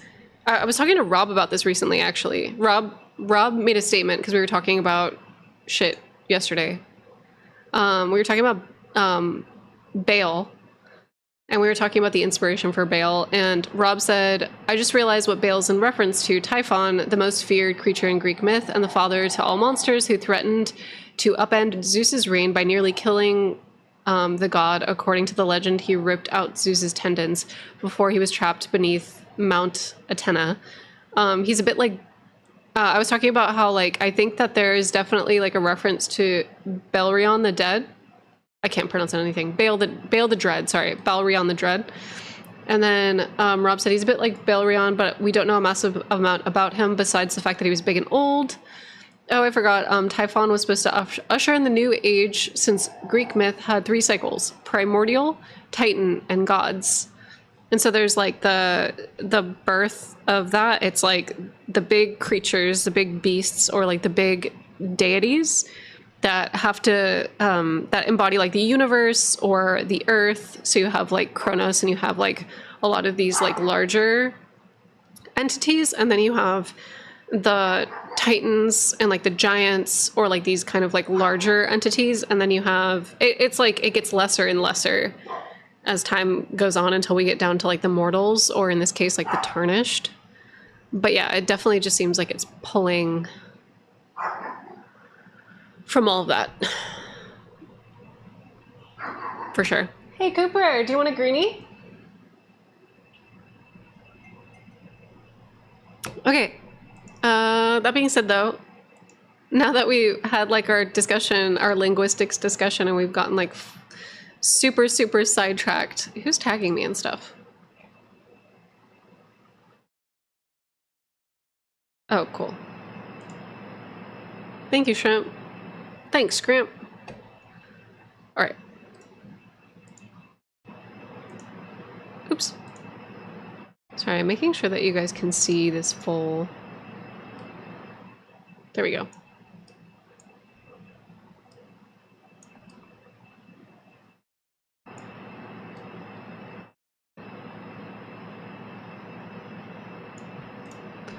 Okay. Did we finish the sorry, we got so sidetracked with the Melina. Okay. Sorry, let me finish reading this really quick, really fast. Part 4, this plot is hella cracked. If I had to speculate, I would suggest that Mesmer and Melina's other parent was someone of a distinct importance within the Hornsent society, particularly a god or an Empyrean, most likely. Whatever the thing is we see Marika pull from the object of in the trailer. I posit this because of the Hornsent portrayal of Marika as being a seducer and a betrayer. It is entirely possible, and I would argue narratively compelling, that Marika managed to seduce the god or Empyrean of the Hornsent and act as their consort, only to betray them at the last moment and steal godhood for herself at the gate of divinity. I only have a smattering of supporting evidence for this moment, but to start, reptiles are represented within the crucible, which would explain Mesmer's base serpent, although I suspect it's far more likely that the serpent is representative of Marika's sins. Mesmer's flame is a key component in the creation of fire sprites, which tie him metaphysically to the realm of shadows and raw ruins specifically. They're very closely situated near Anir Elum. Melina is still a headache, but I think thematically and narratively, her actions within the story as well as Mesmer's become far more compelling if their other parent was a member of the Hornsent. Where are we at? Okay. We should look at the story of Shadow of the Erdtree as a whole through the lens that assumes that Mesmer and Melina are descended from some Hornsent Empyrean or deity. Many of the major story beats take on a new, very thematic and engaging tone. For example, the emotional context through which we interpret Mesmer's crusade, his relationship to his mother, his position within Erdtree society, as well as Melina's willingness to sacrifice herself to burn down the Erdtree, are all very compelling. Mesmer would be engaging in the war of extermination against his father's people, reviled and hated by them. When all accounts, he is their heir. The specimen storehouse. Also, thank you so much for the subscription, if that was a subscription. Yay, Emily! Oh my gosh, thank you. 19 months. Specimen storehouse becomes bittersweet area with Mesmer. So wait, hold on. There we go.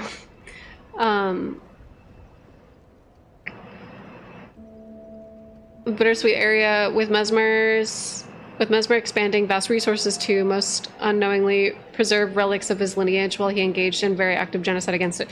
So this wasn't by Mesmer's wishes. So Mesmer wanted to burn that shit to the ground, but there's lore regarding these two characters, Healed and Saza. Is it Salza? What's his name? Saza? What's his name? Is it Salza? They were the people, they were fire knights that were part of Mesmer's army that actively... Salza. Okay, Salsa. Seltzer. Hood and Salza. So, the Zaza, they actively fought against Mesmer's wishes to preserve Hornsent culture and knowledge. So it wasn't Mesmer who was doing that. But yes, let me continue. Marika would have had to be at least somewhat of a loving mother for Mesmer and Melina, despite their father's nature, since she did not abandon them or cast them aside immediately. Mesmer would be Marika's firstborn son, meaning he should be her heir, but he is not. That role is given to Godwin. Mesmer accepts it, potentially out of self-hatred of his own lack of grace, inherent to himself, as the grace he has is explicitly given to him by Marika. Marika's sacrifice of herself is to burn the Erdtrees. Melina's sacrifice of herself to burn the Erdtree brings the narrative full circle, with a child born of a lie, sacrificing herself to bring down everything her mother betrayed her father to create in order to right the wrongs of the world, to preserve some hope for a better future. In a way, Melina has very similar character to Marika, utilizing personal sacrifice to ensure suffering would not continue. That's only the beginning of all the devastating, narratively consistent aspects of the story. A thought on the nature of Marika and Radagon. For the longest time, I was unconvinced by the camp of people commonly convinced that Marika and Radagon were the same person from the beginning, and it's only with the release of Shadow of the Erdtree that the revelations around the relationship between Miquella and Saint Trina that I've finally been able to put my thoughts for rest on the matter. For all intents and purposes, it seems that Marika and Radagon have the same kind of relationship as Miquella and Saint Trina. The Japanese for Melina's dialogue in Marika's bedchamber. Oh, Radagon, dog of the golden rule, you are not yet me. You are not yet a god. Let us shatter together my half body. The Japanese for Tolier's dialogue and Miquella's great rune shatters. I'm still her captive, even though I know that she's given up half her body. Half body. Okay. The use of the same kanji for both incidents indicates that they are both the same kind of being in relation to their respective gods. This does not mean that Marika and Radagon are literally the same person with the same motives, far from it. Well, I mean, and that's to be said with Mikola and Saint Trina too. They both do not share the same goals. Far from it. In fact, this puts a nail in the coffin that they are distinctly separate beings with their own personalities and motivations that run contrary to one another. I disagree with that. But like, because I think that they both want the same thing, but they both have different means of going about it. It definitely seems like Radagon and Marika's goal setting out was to rid the world of the Hornsent and to bring about a new order. But one achieves it by doubling down on Golden Order, and the other achieves it by shattering the Golden Order. So they're still setting out to achieve the same goal, but they've come to different conclusions about the way in which they should go about doing it. And the same goes for Saint Trina and Mikola. Saint Trina feels that all things should be done out of love and compassion, but Mikola disagrees with that and ends up having to cast off his other self. So there's a lot. There's a lot there that like I'm a little bit hesitant about. And then I would also say too, the relationship with I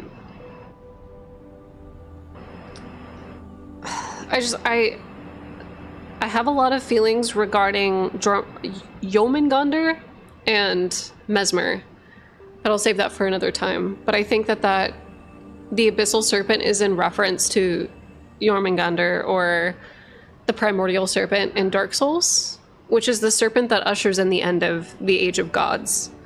And I think that Mesmer, like, imagine you were a god and you give birth to an omen that says that the end of the Age of Gods is happening. You would be scared and you would try to seal it away. And that's very much what Mesmer, because the Abyssal Serpent thematically is, Jormungandr's also a son of Loki, so that's pretty accurate. Yeah, and Loki is Jormungandr. Loki is also male and female, red hair and blonde hair, depending on the translation and like who they get kind of conflated with. And then also Loki can sometimes also be Odin, or thought to have been Odin. So we're seeing this god who is Marika that is very fluid and that has like a bunch of different themes happening. Marika takes her eyes out and throws them into river wells. She gives her eye out as wisdom or blessing. There's like this thematic visual representation of Odin and Loki happening with her. And then the fact that Loki gives birth to the Abyssal Serpent is what I think Mesmer is representing. But Radagon also has the Loki association because his daughter Ronnie is like Hel, Hel, and the Red Wolves of Radagon are the Fenrir and like all the other babies. There's a lot.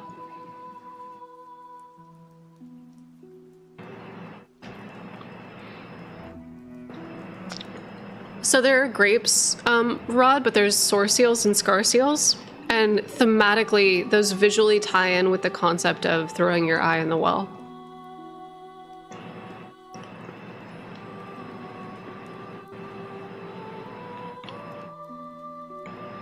I'm not referencing European cosmology, though.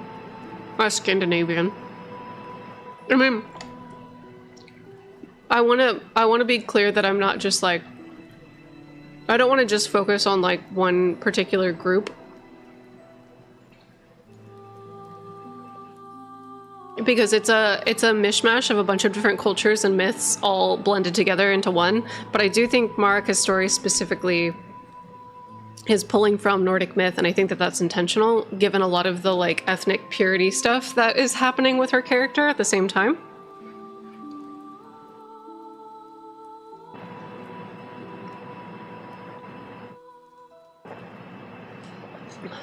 Okay, wait, hold on, sorry, the chat just exploded.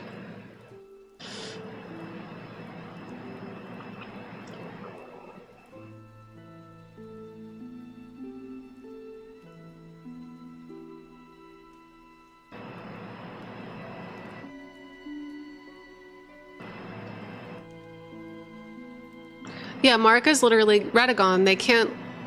Wait. Sorry. Marika's literally Radagon. That is, they're literally the same person. They can't procreate in a healthy manner. They are one god. Yes. For other abyssal serpents, check out the Egyptian god Apep, Apapi, Apophos. Yes.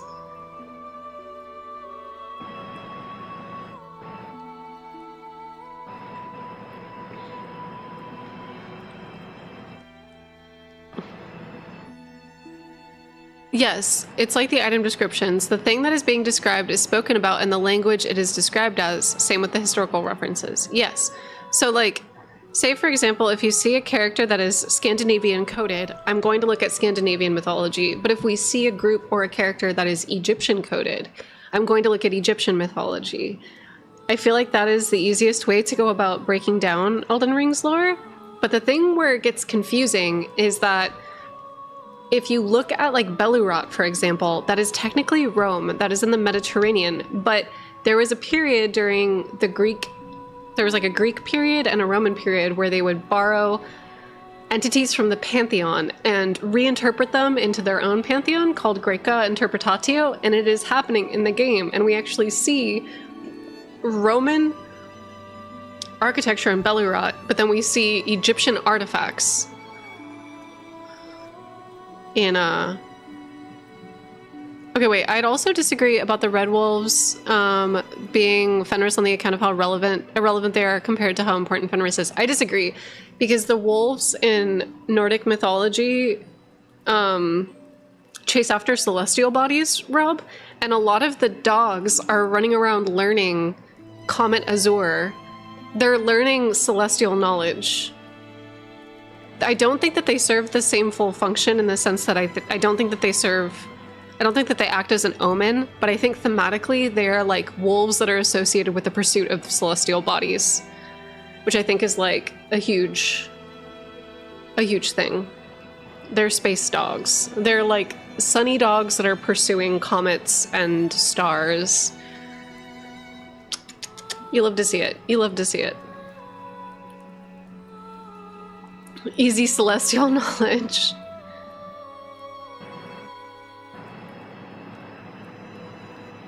So Skull and Hati, because they literally move the heavens, if I remember right. Right, but Fenris isn't Skull or Hati. He's a chained wolf who's destined to devour Odin. Yeah. But I'm saying, like, I'm talking about thematically. Say, for example, if I had a character who there was like a serpent and a wolf and a half-dead girl, and there are like certain motifs that pop up where you're able to be like, oh, I get what that's referencing. It's not a one-to-one comparison, but it's like visual symbolism that you then can kind of understand what the reference is. It's not a one-to-one comparison.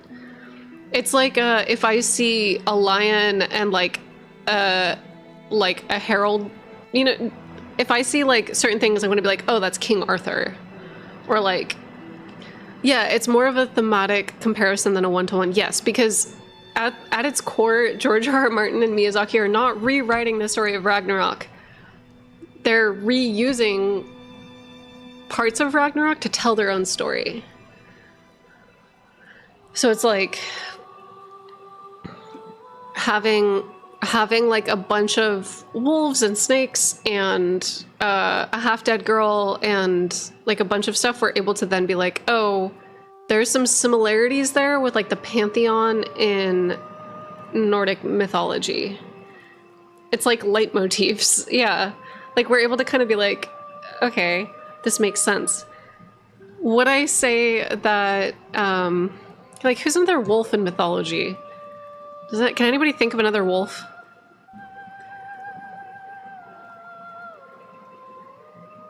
Yeah, you're trying to identify elements of a particular reference point. Yeah.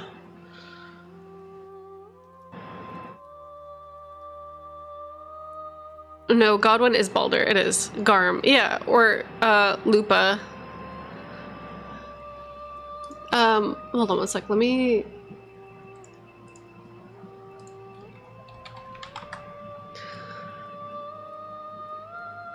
like, Lupa's kind of a hard one because, I don't know. It's more pretty much like thematically and coded wise, Marika and Radagon are like at their inception very Nordic coded. And then as like the game goes on, they become very Roman coded. But they're not just, I don't know, it's fucking complicated. Godfrey's is all the Germanic tribes that settled in West Rome. And Marika is almost like the way in which spiritual tides have changed, and she's like a whole chunk of Western history wrapped up in a nutshell. But there is a particular aspect of her that echoes Loki. Period. It's not one-to-one with Loki, but...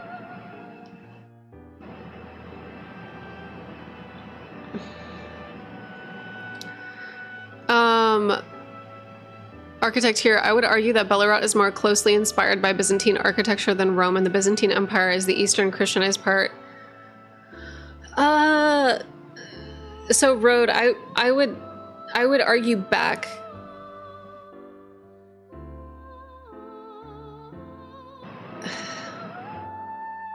No, I didn't say low-key, period. I said low-key, like the god, period. Loki, Loki, oh my god, I'm gonna fucking turn the stream off. You guys are too much. Okay, wait. I hate you guys so much.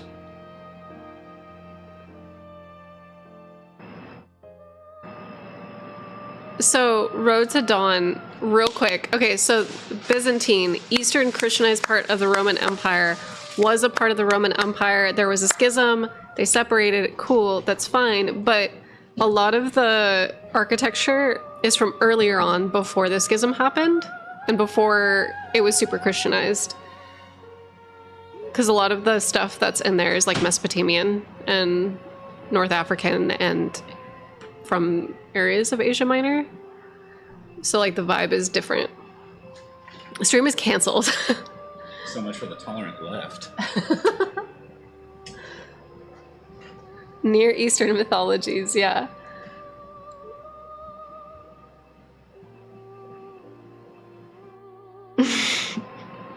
It's pronounced low-key motif. Lee got our asses.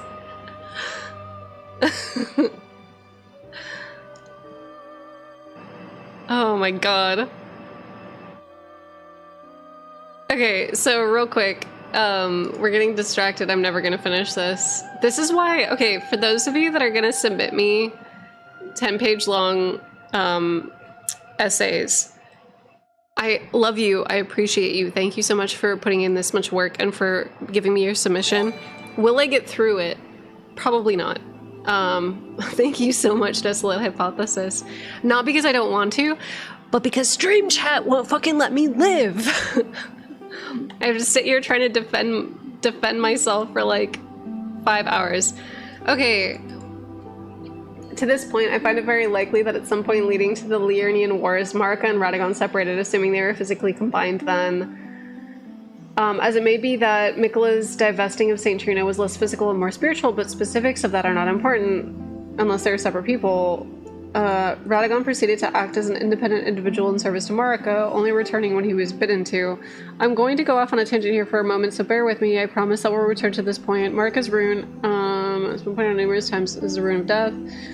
This connection alongside Marika's epitaph, the Eternal, and her depiction of the fertility goddess should allow us to reasonably extrapolate that her rune is something along the lines of the rune of life. Radagon's rune is a lattice. The lattice pattern can be seen in the background of the Elden Ring and behind every statue of Radagon. I would posit together that Marika and Radagon are the embodiment of the Golden Order. What do I mean by this? The secret incantation. Okay. Radagon, on the other hand, would be order. He divides and distinguishes. He studies the sorceries of the Liurnia in order to understand them and categorizes them. When he returns to Landel, he does the same with the incantations. It is only before Radagon's time as Elden Lord that faith that the faith of the Ur Tree expands and adopts foreign traditions and practices, and it is only after Radagon becomes Elden Lord that the most repressive and intolerant aspects of the Golden Order are introduced. It is for this reason that I think that Marika shattering the Elden Ring physically broke her.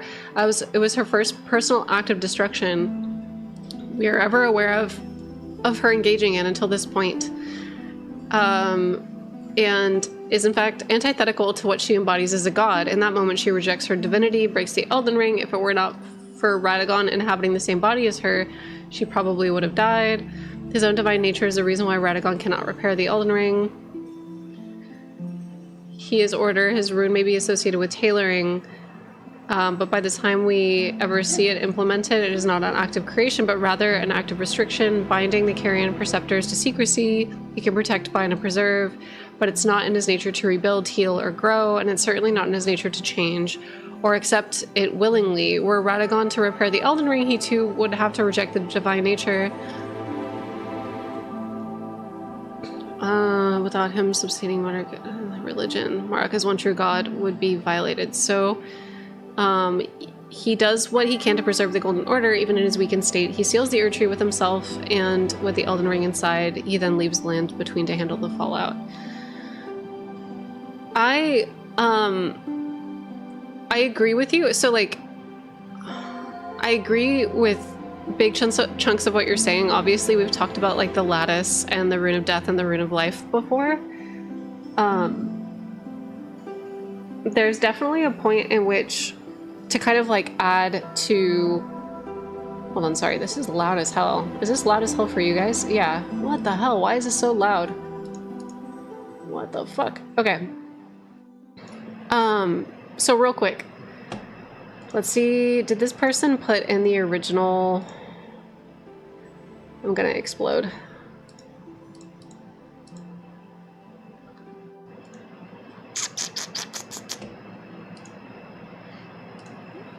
Did this person put in the original Elden Ring? No. Okay.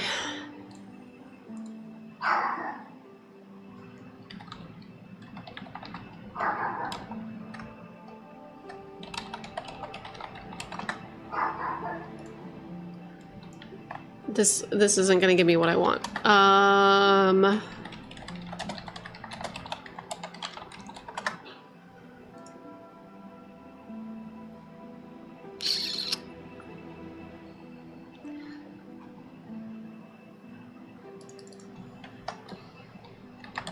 just gonna do the Elden Ring start menu. Elden Ring start menu.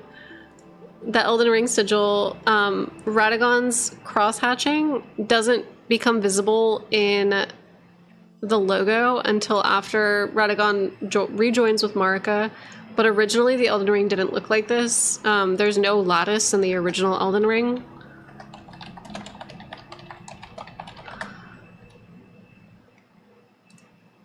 There's a double helix. So those are the two like primary differences, is that the double helix is replaced. There's also this like root structure that's happening here. But yeah, we know that Radagon learns a lot of this stuff from the Carrion Perspectors. That's why their spells look like lattices too. It's a lot. He replaces the spiral. Of course. Yeah. He replaces the spiral with order. So instead of utilizing the natural balance of opposing forces, he's like creating his own structure or mesh to like hold together the Elden Ring. This is also the pattern that he uses with the smithing axe, or the smithing hammer. So it's like a very man-made artificial age that's focused on internal control and like all that other stuff.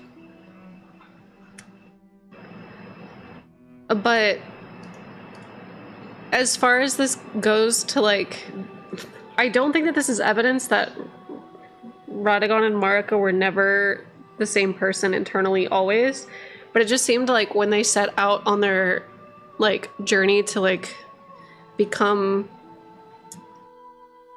like colonizers and like engage in conquest, that their intentions changed at some point. What I'm mostly getting at is Radagon is not the problem. Yeah, like, I think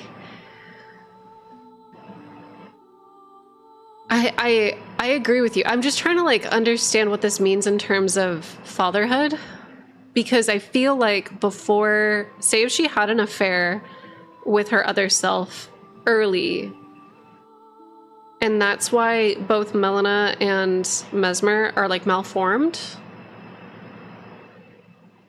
Like, Mesmer straight up looks, he looks albino. Like, he looks sickly, and he has scoliosis. Homeboy said, oh, they said is the problem. My point that I'm getting at is Radagon is the problem. Sorry. Whatever. He looks fucked up. This boy looks fucked up. He's the first sickly Victorian boy. I think that Radagon was Marika's other half at some point. He was born. He's fucked up, but he has the Abyssal Serpent within him, which is Jormungandr, which is just a sign of the end times. Like, the Abyssal Serpent is like this sign that things are coming to an end. And it fucking scared her. This is Dark Souls. This is literally Dark Souls. Instead of the conflict of Dark Souls being told through the Chosen Undead, it's told through Mesmer. But it's the same shit. It's the same shit from Nordic mythology that's being referenced here. Specifically with the snake and, like, the dark sign that's in his eye and the Abyssal Serpent that represents, like, absent space. The absent deep. He's dying from consumption.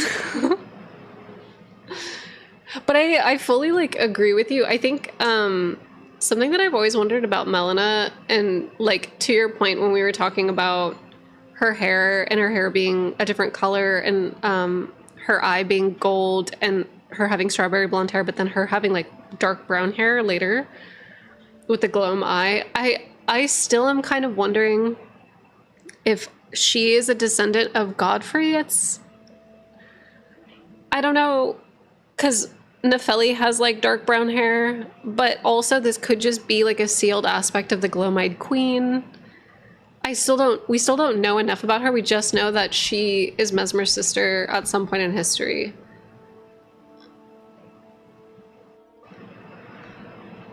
But I do think, I don't know.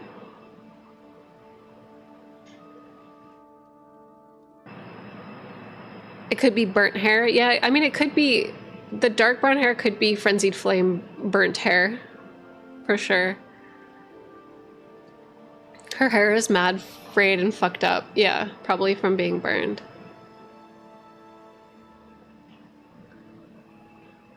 Radagon becoming Marika's mate seems to be her coming to the conclusion that she needs to be in total control, that a lord just gets in the way for her to have done that at the beginning. Yeah, like, so, Valkyria, I think that, like, what happened is she tried to do it at the beginning, had a fucked up kid, had the Abyssal Serpent child, and then chose Godfrey as her lord, had the twins, or sorry, had a Godwyn the Golden, who's, like, the golden child.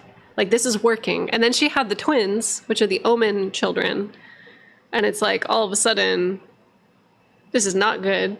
And then so she goes back to Radagon, and she's able to, like, have the rebus after some kind of knowledge that they get into. Like, Radagon has to go to Raya Lucaria to learn something and then returns. Girl, maybe just stop having kids. Marika's predestined to have sick Victorian children. Oh my god. Where the fuck does Melina go if you don't burn her, but you quell the flame of frenzy inside you? I don't know. She just, like, dips. She's just like, whatever.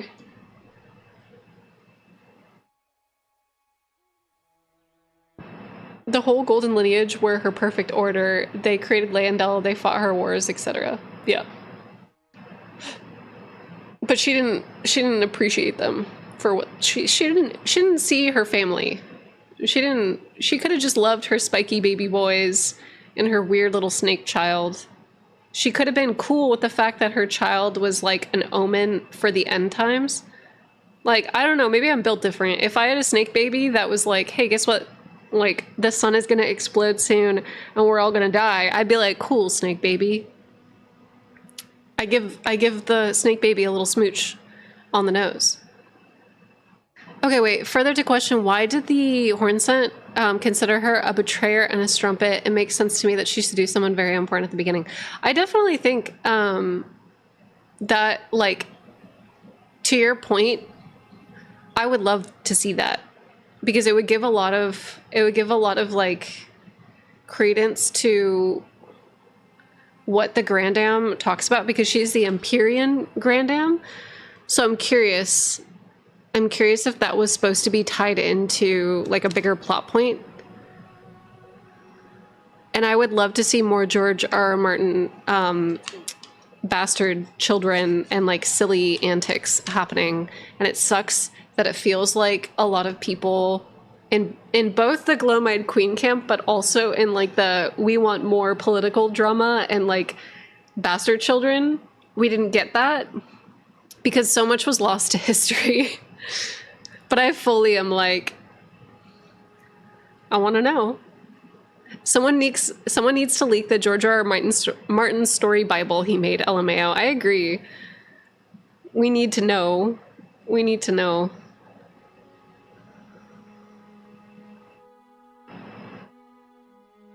This game is never getting solved. I don't think it's meant to be solved, though.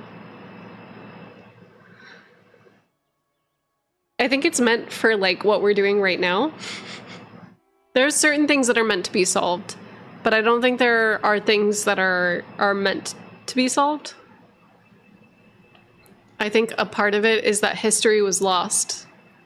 Yeah, it's meant to be experienced. Yeah, history was lost because Marika did a really good fucking job of covering her trails. She did a good job. You can't say that she didn't do a good job, because she did a good job. Because we don't fucking know what she did. We don't know a damn thing about what she did, which is crazy. Because I thought that we were gonna fully get like the rundown of what happened. But all we got is like I have a lot of shit regarding Ra and then Bellerot, and then so like we can kind of understand. Bellerot studied Ra to understand something. Marika stole that knowledge and put it in her bedchambers. Like, what does that have to do with anything? Does that have to do with something? Like, maybe that, I don't know. There's so much. There's so much.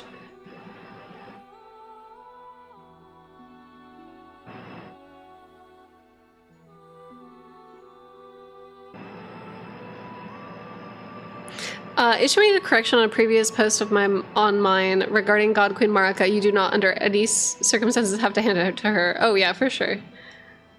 For sure.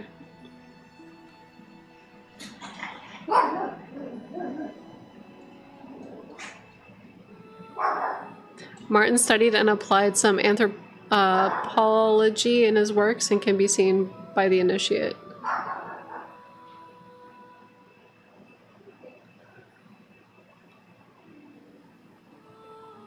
Okay, wait. Ra is the most fascinating part to me. The white light, the ancient architecture, which has somehow been repurposed multiple times. I'm so curious.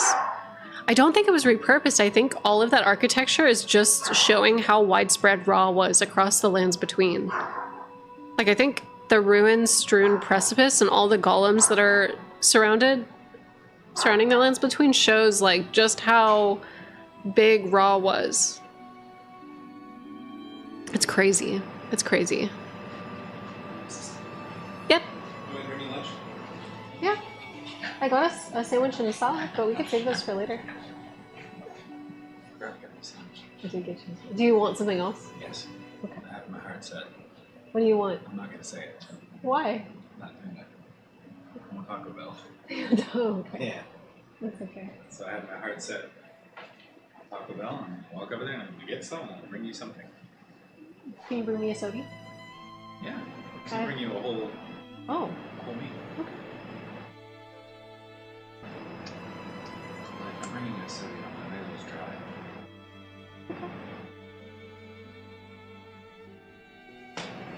Wait. You still streaming? Yeah, I'm still streaming. I just bonked. Streaming OBS? We're streaming. No, I have a PDF up. Oh, okay. Somebody submitted a PDF today. Oh boy. Oh boy. Oh boy! Wait. Somebody said, "Hey Lee, What? it's the British. Did you say Taco Bell?" It'd be Taco Bell. Taco. And the British don't have that, if I recall. Wait, do y'all have Taco Bell? I don't think they have Taco Bell. They have another one. They have,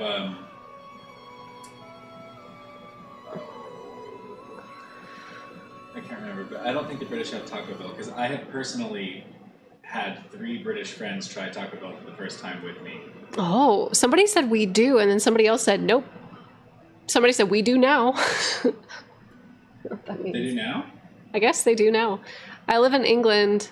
Went to Taco Bell every day during finals. Oh, maybe it's only in specific, like, cities, like large cities. Yeah. We do, but only a few. Okay, that makes sense. Yeah, it's not a lot. It's probably not near Rob. We do for real. But y'all have Nando's, and I am jealous of that. Like, pretty good fast food. Wait. Lee, which of the Elden ladies has the cutest fit right now? Which are the who? Elden ladies. Who are the like the Golden Girls? Which of the Golden Girls is... Which Elden ladies? I think Ronnie's it's got the best fit. Yeah. Or I think that Renala. they're just talking about, like, Elden Ring female characters. Oh, Melon is pretty cool looking. Her fit's pretty plain, though. Yeah, but I like that. It's cool. Okay. She's got cool hair. I'd say Ronnie. Yeah, Ronnie's got, like, the Ronnie's most... a witch. Yeah. It's fucking awesome. Yeah. Agree. And she's got 4 arms.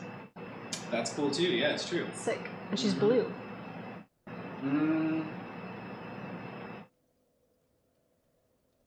Also, yeah, it's Ronnie and Renala, 100%. Yeah.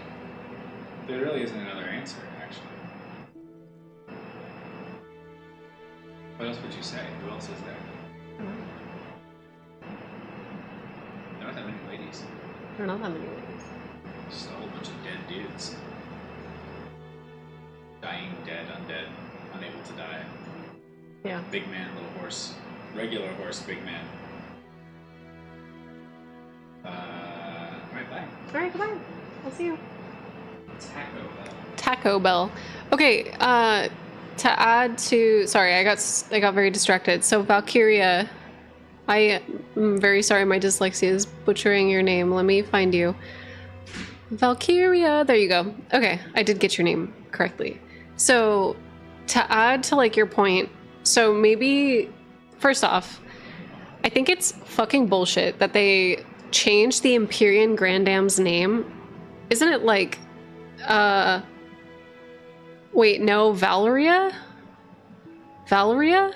No, shut up. Okay, wait, so the Empyrean Grandam's name changed? Isn't it, like, just old woman? What is it now? What is the Empyrean's name now? It's just, like, old... Valkyria. Isn't it just, like, old lady... Hornsent Grandam, yeah. But the incantation still says that it's the Empyrean Grandam. Yes. So it's really interesting that, like...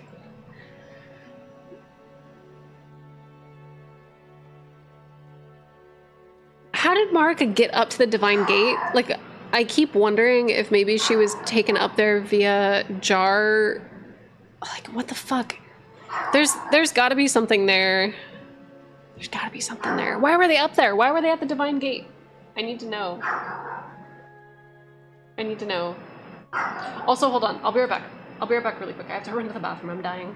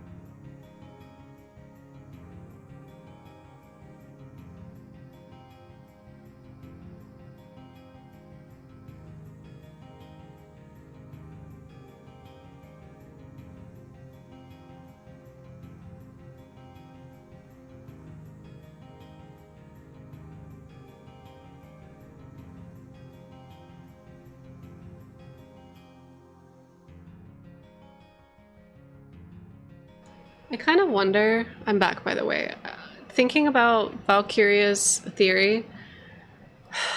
Okay, so if Marika seduced somebody, Marika seduced the Grandam grandmother with an offering to gain access to the divine gate, becoming a god and doing the genocide on the Hornsun. But like, I think the reason why Valkyria is wondering, okay, wait, how she got up there was the original question that led me to the whole theory. I think she got up there during the another Empyrean's ascension, and she murdered them and stole godhood for herself. That's okay. So that's kind of what I was thinking, Valkyria, when I saw the intro trailer, because I thought that the golden threads that she was stealing from the body, whatever it was potentially like the Glowmide Queen's threads or something like that. Some people speculate that it may be the leftover corpse of, I don't know. Some people think it might be like her grandmother's hair. I don't know. Like the braid of her grandmother's hair. I've seen like a bunch of different thoughts, theories, speculations. I definitely feel like it's more akin to like runic power that comes from like the meteors. I think that she stole some kind of like divine power from like the previous person. We'll never know. We'll never know. But I think kind of like something I've been thinking about, because we're talking about Stormveil and the Stormlord and Godfrey and this betrayal. It's so weird to me that divine beasts are like at the forefront and center of Belly Rock culture, and the lions and the Stormhawks are like a part of that.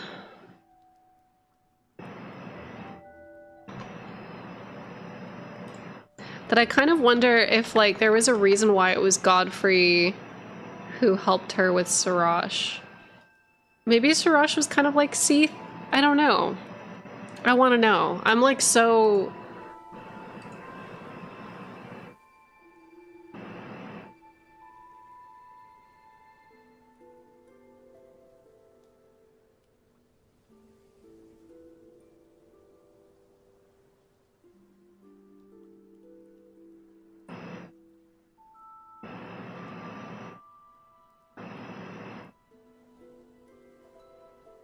Seduction.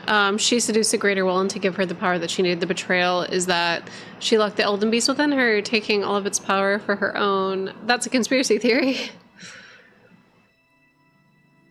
Didn't she pluck the Rune of Death? Is that unrelated to the trailer? No, so like,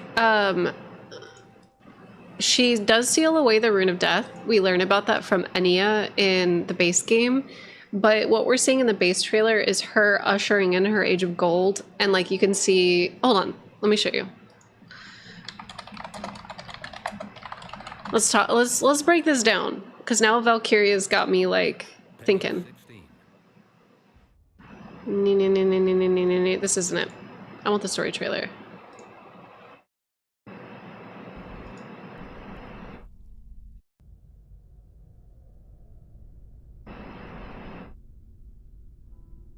Mikula the Kind spoke of the beginning. I hate... Okay, first off, why the fuck did Mikula tell Letta what happened? She's like, Mikula the Kind spoke at the beginning. Bitch, what happened?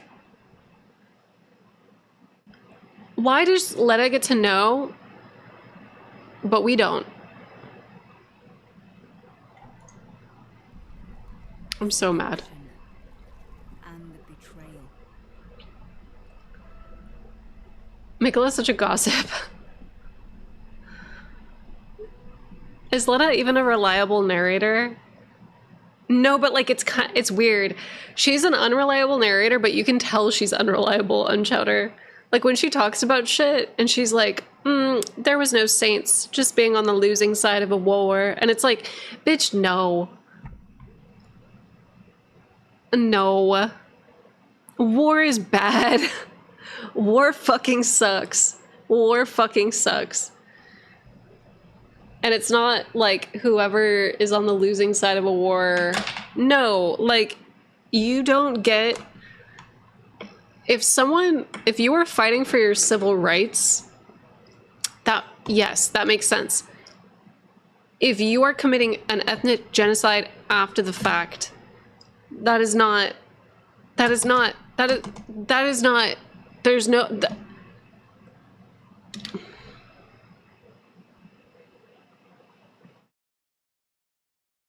okay, wait, I can say I found the lore about the DLC that Vati made me feel very weird when he said that the genocide of the Horde site was justified because of the treatment of the shaman people.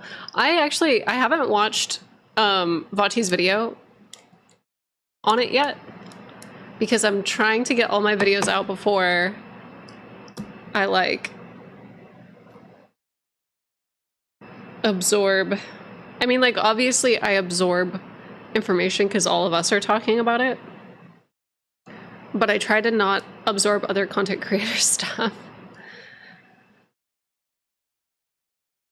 because I have a... Okay, wait, funnily enough, a lot of people use Letta's words to justify Marika's act of genocide. But then you see the Horn Scent, he did not say that at all. Okay, good. Depressive weep. I'm glad that he did not say that at all. Vati's video is also not a full breakdown, just initial thoughts. Good. I've been avoiding watching other content creator stuff too. Yeah, see, Emily gets it. Like, I feel like it's different when I get to Theorycraft with Emily and Little Church Lore and like other folks in the community, because it kind of feels like we're all getting to like amplify each other's posts and like talk to each other, and it feels very personal. I think Vati framed it as revenge, not justice. Vati doesn't like taking sides and he's careful with his words. Okay, good. Good.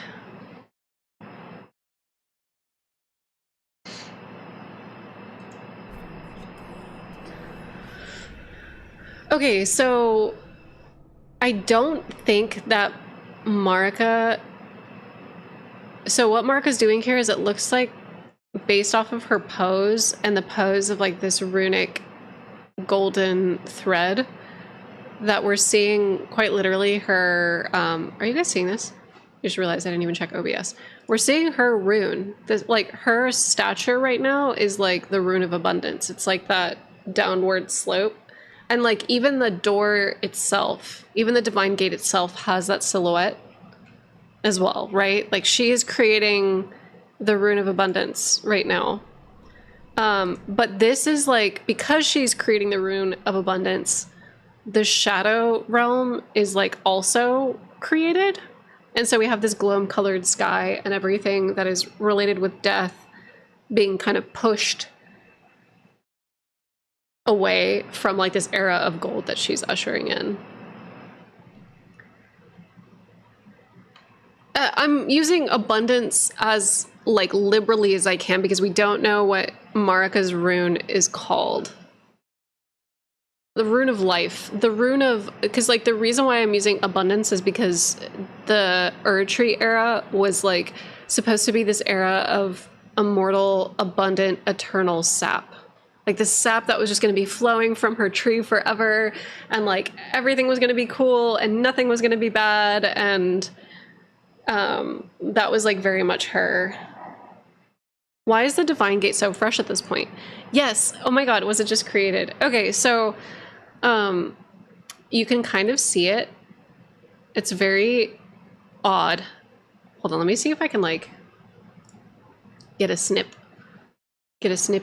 The light that's shining on here is like making the bodies look gray, but then the ones that are in the shadow of the gate look wet still. Hold on, I'm so sorry, Tony Pepperoni. I'm like bastardizing your... I'm just using this as a dumping ground. I'm so sorry. There's like... It could just be how blinding the gold is coming through here, and it's like reflective light. There's like this golden light that is like right here. And then everything beyond this point is red. It's so like visually striking, and it kind of shows like this barrier of color that I feel like that's just the central path, but there's bodies there. So there should be more viscera, but it's weird. Her feet are bloody too, yeah. But yeah, I think that everything kind of like turns to ash over time and petrifies over time.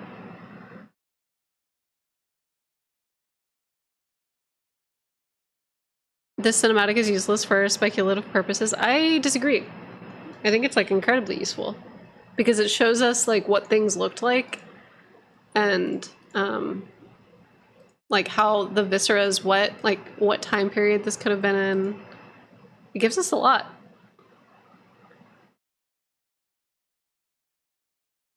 But it's very like obtuse intentionally. It's literally red. Yeah.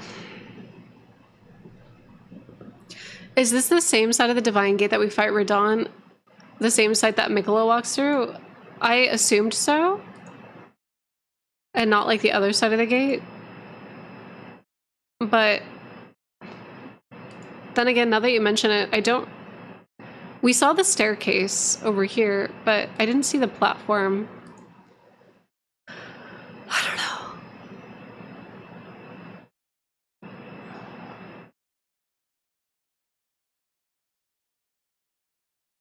There's so much.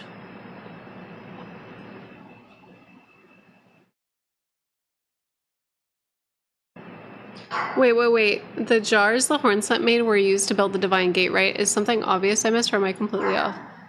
Yeah, I mean, well, like, it's weird. So the Hornsent bodies are what is used to make the Divine Gate, and some of those Hornsent are put into jars. But it seems like there are also shaman jars, which are used for melding. So see of it as like the Hornsent are kind of like the bricks, and the shaman are kind of like the mortar. Like they kind of stick everything together.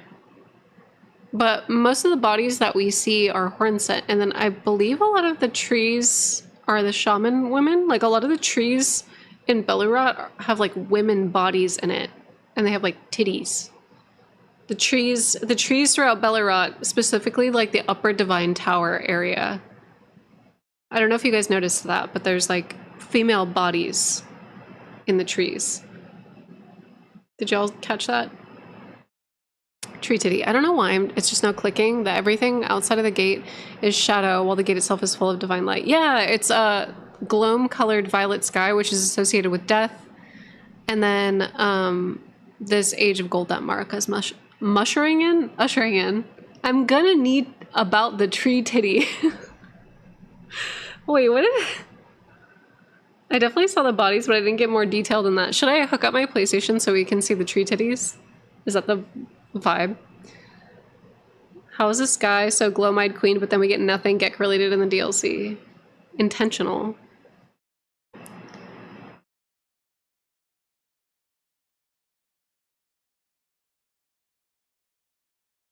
They put Newman in the jars to turn the trees gay. God damn it. She definitely sacrificed the Glow-Eyed Queen and took her spirit.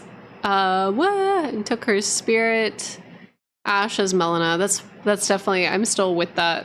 I still think Melina is like a rebirthed child. But that's just me. Okay, wait.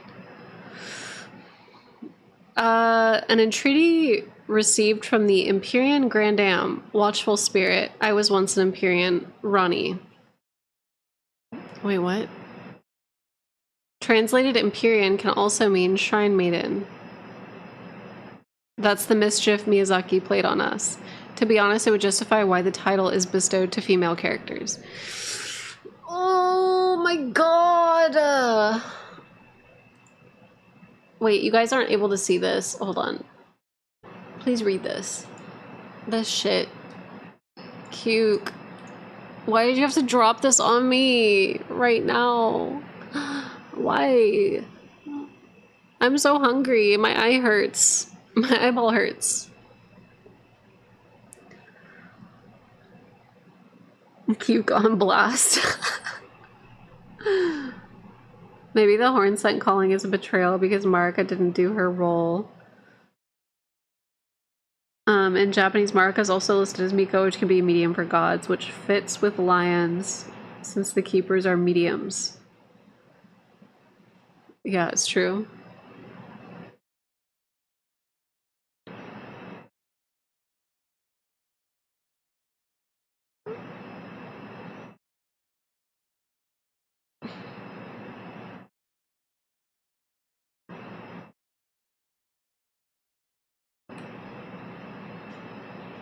Wait, so is Empyrean in Japanese Miko? Because there's a difference between... Okay, wait, hold on. I could just do this, watch. Watch me go. Translate. Man of God, Shen Ren.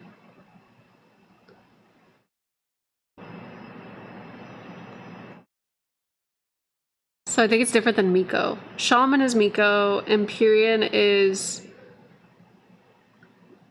Shen, a man of God. I don't think it's the same. Okay, wait. So this is, sorry, I think that maybe Q got them conflated.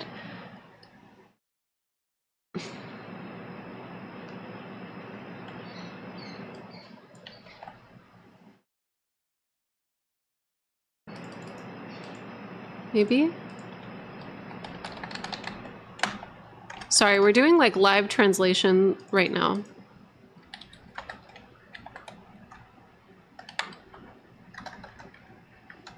Apologies, everybody.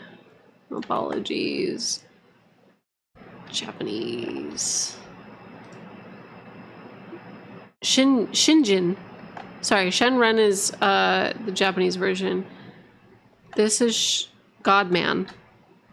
Shinjin. And then Miko is...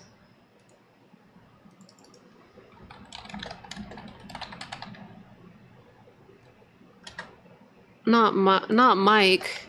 I need Miko. Is Shrine Maiden.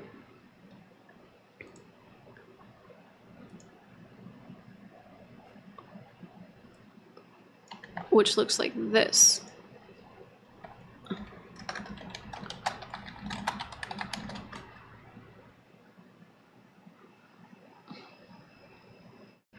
So the shaman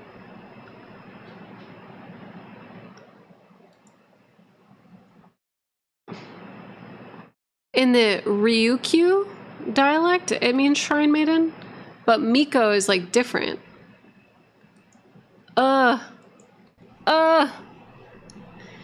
So I guess Shinjen or Godman can also be a Shrine Maiden.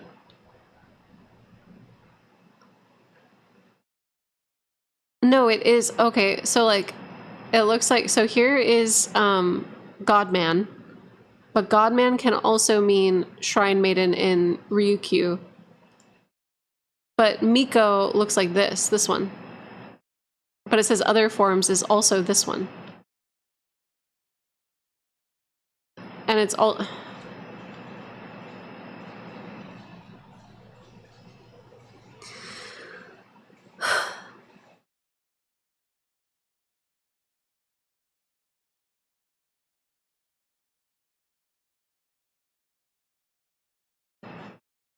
Why, Miyazaki? Why? I don't know.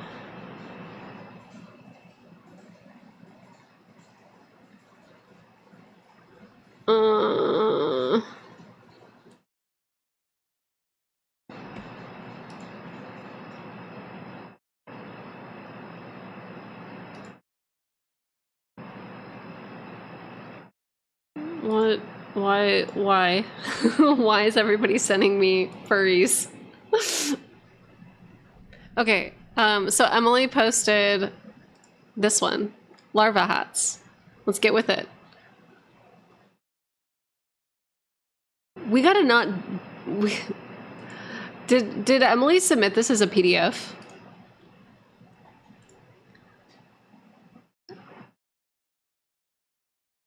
I'm sorry, it's a shitty PDF. It was a video. Oh no, it's okay, it's okay.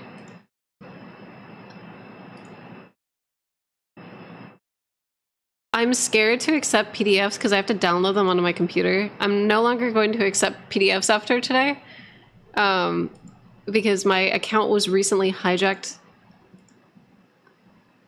because I downloaded a file. So I downloaded like a marketing asset that like fucking ruined my life. So I'm not going to be accepting PDFs anymore. So apologies. No. I already opened yours, Emily, so you're okay. You're good. You're good. But I'm saying for like other people in the future, please do not submit PDFs or videos. Like it's just becoming really fucking hard to do Lore Theory Thursday because we get so many submissions and all of them take like upwards of 3 hours to cover. And not because of it's usually like a 20-minute thing that we get sidetracked on. You're okay, Emily. You're totally fine. No need to apologize. It's not about you. It's just about how cumbersome everything's.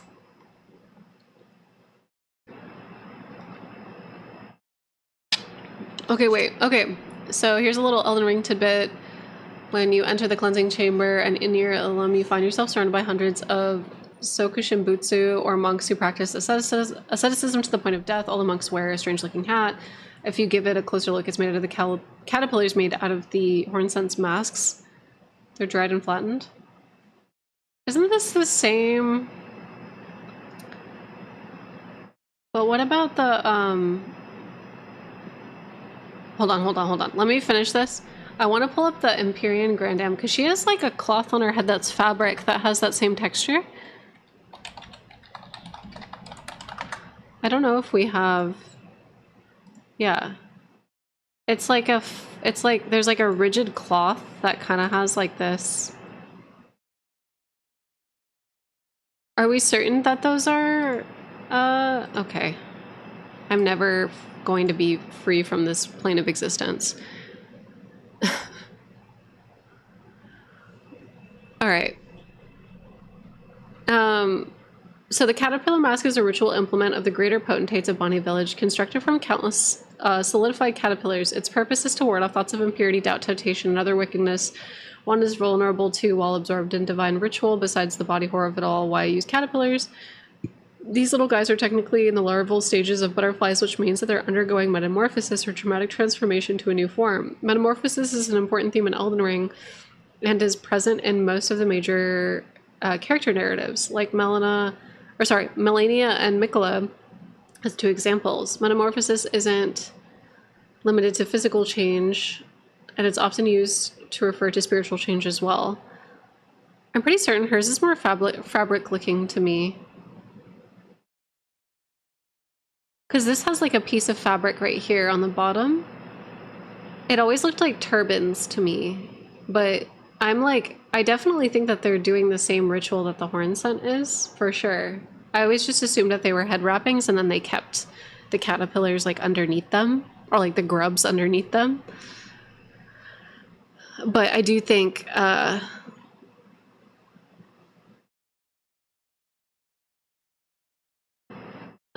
totally down with this though.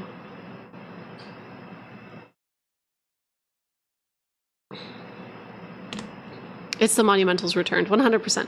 Well, these little guys are technically in the larval stages of butterflies, which means that they're undergoing a metamorphosis or a dramatic transformation into a new form. Metamorphosis is an important theme in Elden Ring.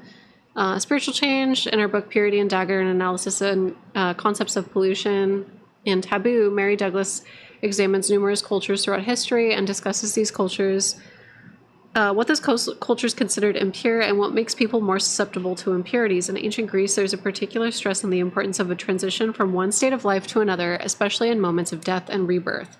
Douglas says that these times in transition are high points of danger to purity, and a person is especially vulnerable to spirits, agencies, or influences, or other invisible mischief. So what does this mean? A couple of things. First, that the Hornsent feel the need to protect themselves from their own thoughts and doubts. There's a lot of language in the game that points to this being a sexual restraint, as the Empyrean Grandam refers to Marika as a wanton trumpet, or a cruel, sexually, morally impure woman. The caterpillar mask references thoughts of impurity and temptation with connection to being a connotation of being sexual. So clearly the Hornsent felt the need to protect themselves from temptation. Could this Could that fear be directly related to Marika's seduction? Another consideration is that the Hornsent were protecting themselves from doubt, wickedness, and outside influence. Could this doubt be in reference to outer gods piercing the minds of those in divine ritual? The outer god heirloom says, the clan who lost everything in the Great Fires peered upon the corpse of their ancestor normally as an act of sanctity and saw this in its shadow a twisted deity in the midst of a sacred holy rite. Looking upon the corpse after their ancestor, these Hornsent were brought under the influence of an outer god.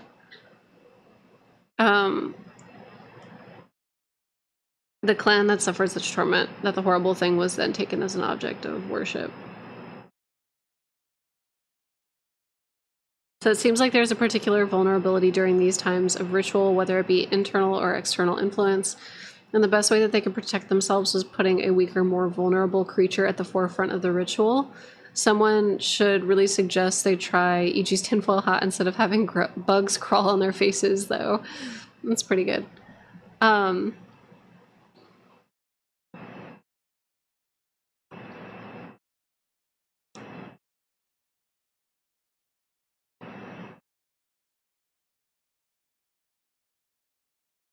It seems like, because are you of the mindset? So here's a question for chat.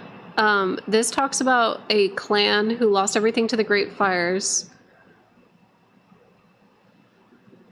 And it's very clearly that this clan is like gazing on some of those human effigies of the Hornsent that we see. So this is likely in relation to like a Hornsent. But do you guys think that this is in relation to the Blood Fiends clan at all?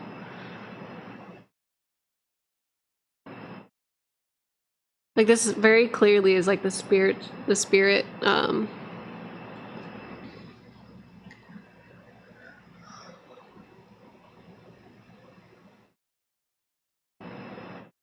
think the heirloom is flaunted around the Blood Fiends, right? Yeah, so like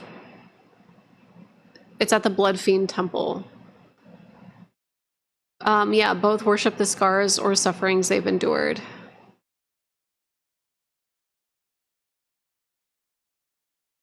Blood is arcane coded.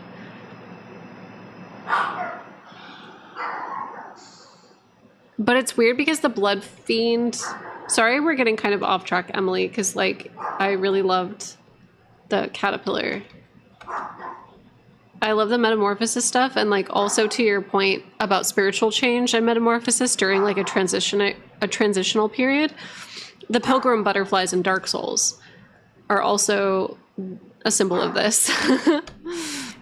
I feel like the caterpillar and butterfly thing has been used before in Dark Souls.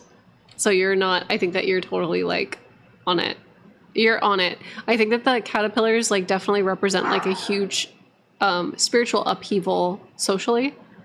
Bugs typically appear around transition. Locusts, flies, butterflies. It's great. Okay, hold on. Blood Fiend. What was the... Maybe I could just pull up my Miro board. Hold on. Hold on, everybody. Give me a sec. Is that why Blood Fiends look like bats?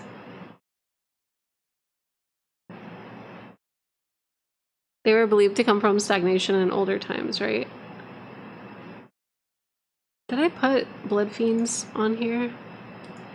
I did. Okay. Long ago, a subjugated tribe discovered a twisted deity among the ravages of war, and then they were transformed into Blood Fiends. The Mother of Truth was their savior. So it seems like there were Hornsent who were worshipping... Here, hold on, let me get...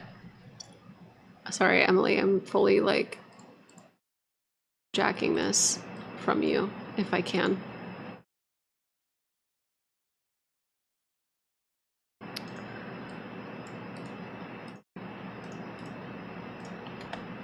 Okay. And then let me get, what was it called? What are these things called? What are these things called? I almost said jack away. I'm so blocked and reported. Wait, what did you say, Emily? I personally feel it's in relation to the blood fiends and the formless mother. Oh. Hold on. Okay, wait, so... I'm gonna explode. I'm gonna die. Mother of Truth is an explicit synonym for the formless mother and Mohg's outer god. Yeah, it's the mother of blood. She tends to appeal to people that, like, desire revenge. Seems to be, like, the common, please don't die. I have, like, an insane sinus headache. It's one of those sinus headaches that's so bad that, like, my teeth hurt. Do you guys know what I'm talking about? It fucking sucks. Okay, revered spirit ash guys. Gimme. This guy. I need better pictures of him. Okay.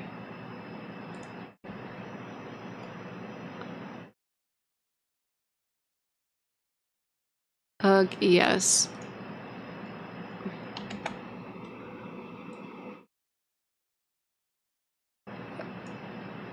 Okay. I feel like the Mother of Blood is so fucking funny to me because as a deity, it feels like she's just getting this, she's amassing followers simply because everybody sucks. Everybody fucking sucks. Like, all of the deities are causing so much suffering and pain and, like, betrayal, and she gets to just scoop everybody up who wants a little taste of revenge. She's girl bossing everywhere. Yeah. It's like, oh, you're suffering? Come hang out with me. Come hang out with me. It's fine.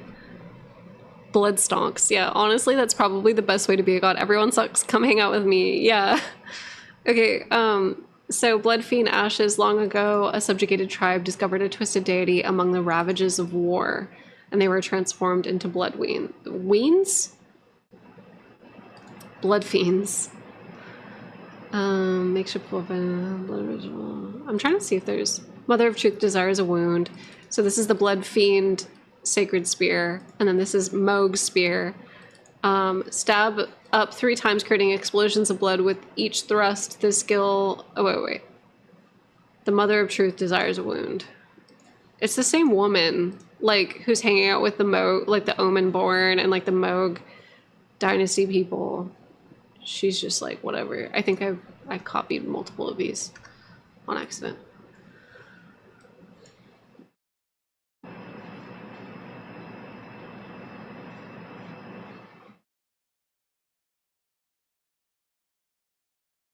The blood is said to have fallen from the formless mother's wound, never to dry, never will it rot. Never will it dry, never will it rot. Does that mean meteor? Y'all? Is this meteor?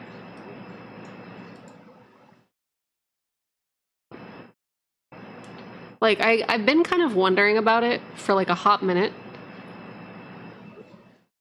And like, I kind of, like, meteor is like wounded. I don't think so, but I don't know. Yeah, like, I don't think that she's like, I don't think that it's meteor, but like, meteor is formless and does have a wound.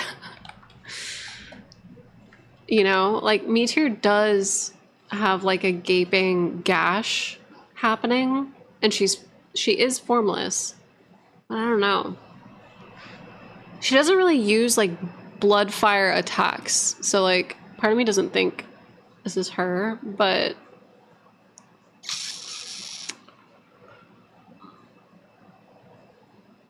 I don't think so. But yeah, Anne knows truth. Yeah, you're right. Shit. She does know the truth.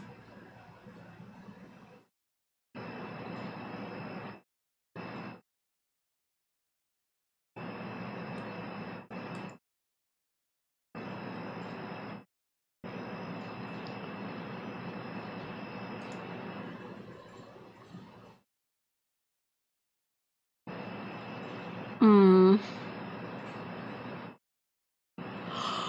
don't know. I'm not married to that idea at all. I just think it's weird.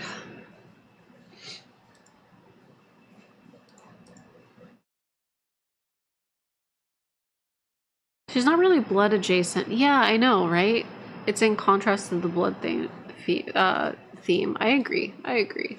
It's just odd that she's like a formless mother who's like in a different pocket dimension who's just like bleeding out. And like the association with like motherhood. Mother of truth. I don't know.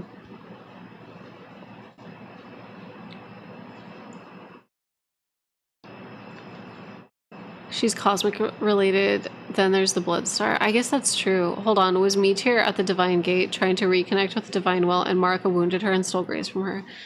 I don't know, because it could also be the Glow-Eyed Queen. We just don't know. We just don't know. And I don't think we'll ever know. And I don't think that that's the point. I don't think the point for us is to know, and it sucks because I want to know so bad. But I know that that has nothing to do with like the central themes of like spiritual suffering. like the whole point of the game is like genocide is bad and don't do it in a cycle because it will continue the cycle of suffering. But like, do I want to know? Yes. I want to know about aliens. I just want to know. I brought you food. Thank you. You're the best. Speaking of which, I'm going to take a break, everybody, because it's food time. It's food time. Hey, I just finished your last week's video and it was good as hell. Thank you so much.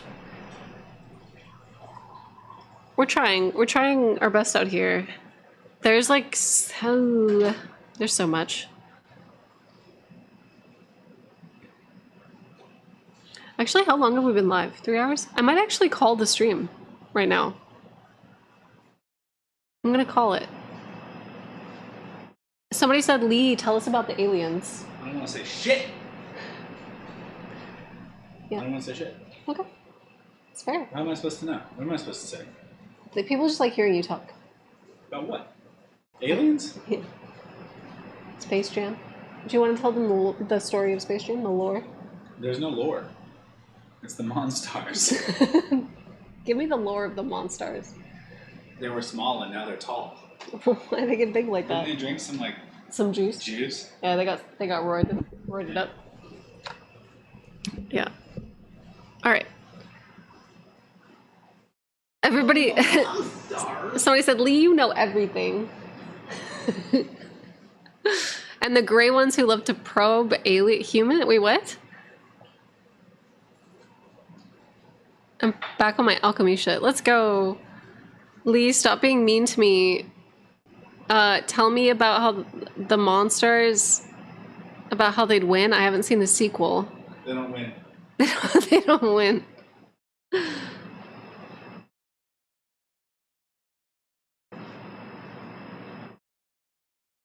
All right, everybody, I'm leaving. Marek is a gray. Prove me wrong. Alabaster Lords are ancient aliens, or something. Okay, that's actually the one thing I am really angry about. I didn't need Glow-Eyed Queen lore. I was like comfortable with her staying like Velka and like not being present at all in the story. I don't need any lore about the betrayal or the seduction. I don't need anything. But why didn't we get more Alabaster lore or Crystallian lore? What the fuck? What the fuck? Those are the two groups that who were they waiting for? Who were they waiting for? I want to know.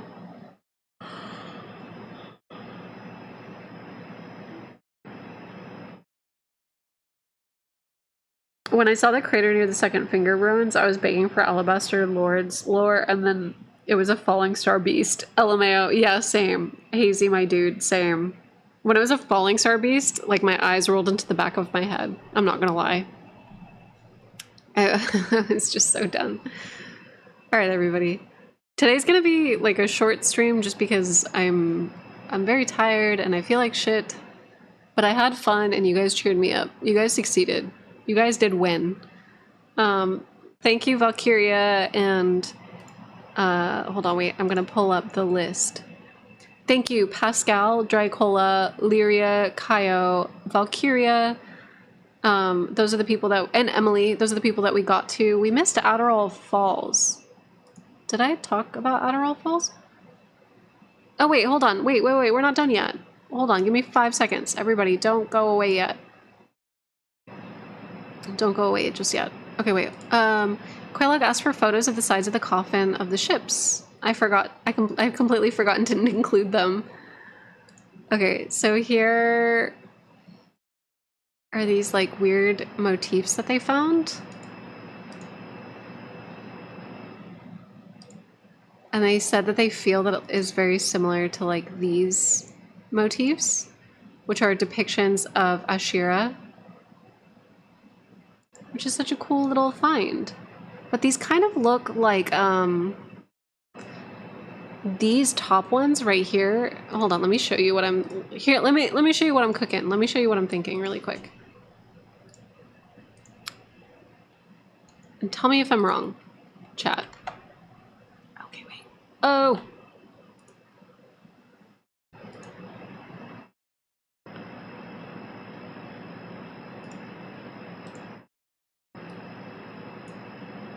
Okay.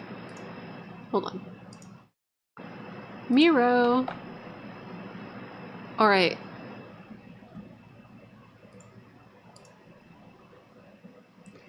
These are the front legs. And then we got like we got a pair of back legs right here. Here's the back. We have some form of long neck or something. There's like a beast, and then it's just mirrored on the other side. Do y'all see that? Ooh. Fucking, do you guys see that? That's a haunts. That is a haunts. These look like birdie.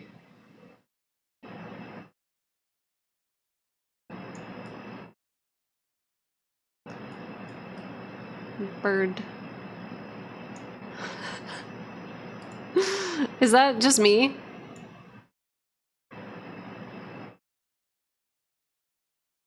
It's a bird and a haunts. It's a royal court of arms. Yeah, that's kind of the vibe that I'm getting from it. As opposed to like a pillar or a tree. I'm getting bird and haunts. No, it's all of us? Okay, good. Okay. I can see them.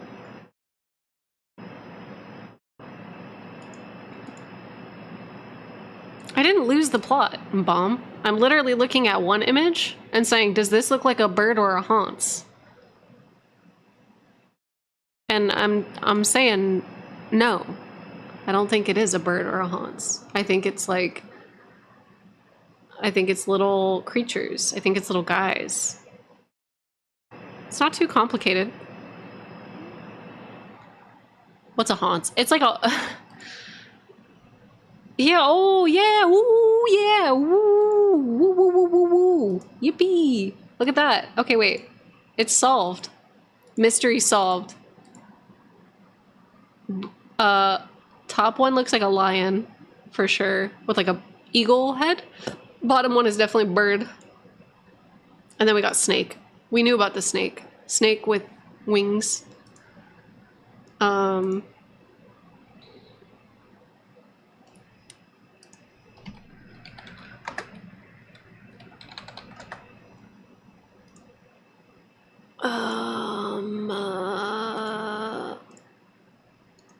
hold on.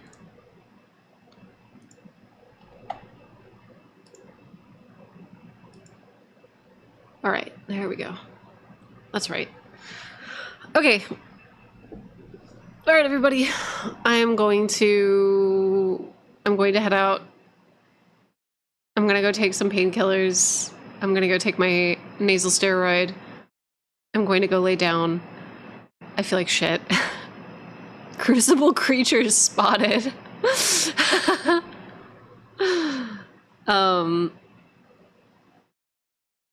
feel better. Thank you. It's been, man. It's been.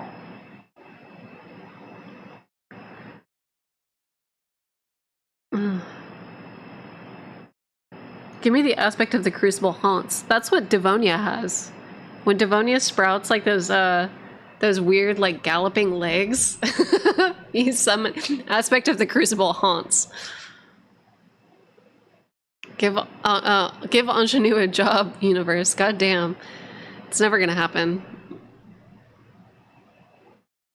After I saw that person disappear last week, Waves, I was like, we're in, like, it is fucked. Like, as soon as we start seeing people, like, walk into the woods because they've been unemployed for so long, disappear. Yeah, somebody was on S-word watch and they, like, disappeared for a week, and thankfully they were found and, like, talked out of it. But there was like a huge search party happening on LinkedIn in the Pacific Northwest for them. It's like a lot of folks are like choosing to dip. We're at that point. We're in the last the season finale. Do you know what I mean? It's bad. Like, we're at the point where, so for a lot of people, for those of you that don't know, Washington State, unemployment only lasts for 6 months. So for a lot of people at this point, we're going on to, at most, a year and a half for the anniversary of when the layoffs started happening. And also, I'm gonna fucking get haunts off of my screen because I'm talking about something serious. So, sorry. At most, a year and a half. Did I smear my eyeliner? At most a year and a half. So my anniversary for my first job getting laid off was about a year and a half ago, almost 2 years ago. And I thankfully have had jobs since then. Like, I worked for Valve, I worked for Turn 10 Studios. So thankfully, like, I've had shit. But yeah, it lasts for 6 months. And then you have to be employed for at least 8 months following it to get another round of unemployment. Yes. But then Washington State laws will allow employers to contract employees for 6-month periods. So if you were like me in my position where you got laid off, you found a gig, and you work for 6 months, and then you get laid off again, you can't qualify for unemployment anymore because you didn't hit that 8-month of employment. So a lot of 6-month employment contracts, like, aren't actually going to help you if you are in between gigs. So, like, for example, once I finished, like, the Forza stuff, once I finished my Forza contract, I couldn't qualify for unemployment after I finished that contract. So it's thanks to you guys. It's almost like it's designed that way. Yeah. Thanks to you guys and my YouTube channel, I've been okay. Like, literally, because you guys are here right now and we're talking about haunts and art and history. Because of that, I am not homeless. It is because of you guys.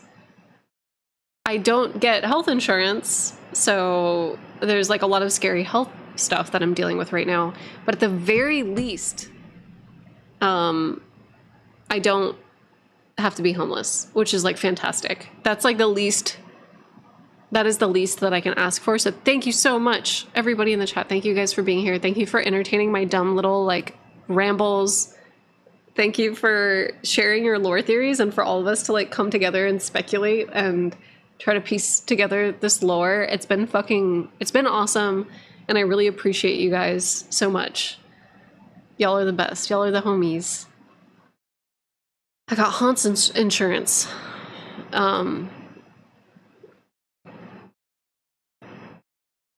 But you have Lee too. It doesn't work like that, Bob Ross. It doesn't work like that. Like, Lee has a kid. Ah, thank you so much. Thank you for the subscription, or what is this?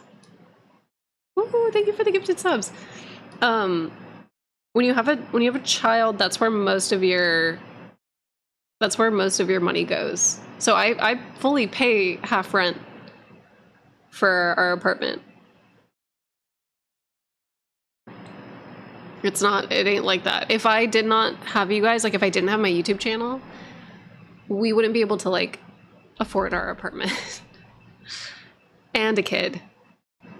It doesn't work like that, Bob Ross and Quaylon.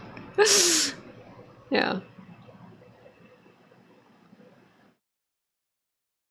Lee is at least good support and a great partner. Yes, Lee gets me food and has my back for sure. And I know that like if I did, for example, like lose my channel like I thought I was going to, we were legit talking about like you know. So here's also another fucked up thing that I ran into. So around the time that I lost my YouTube channel and I've been like looking for other income options, things like Uber Eats and Shipped and a lot of these like companies that allow you to drive around and like run errands for people, they're like overclocked. And so if you apply to be a delivery driver, it's you're on a wait list. So I'm currently on a wait list for Shipped, and I have been for a year. So there's like, it's weird. I have like a WAG, but which is like another app. Whatever. It's okay. I'm gonna go eat. I'm gonna go eat. Mother, you dyed your hair. Look. Hold on, wait. Let me take it down. Wee. It has a. So this is actually my friend. My friend did it for me. But it's like chunky. It's like chunky blonde. It's got. I wanted like lots of. Anyway, whatever. Anyway, shout out to Cap. Shout out Caprica. You're the best. Cap is like the coolest and does amazing shit. Okay, anyway, I'm leaving. Goodbye.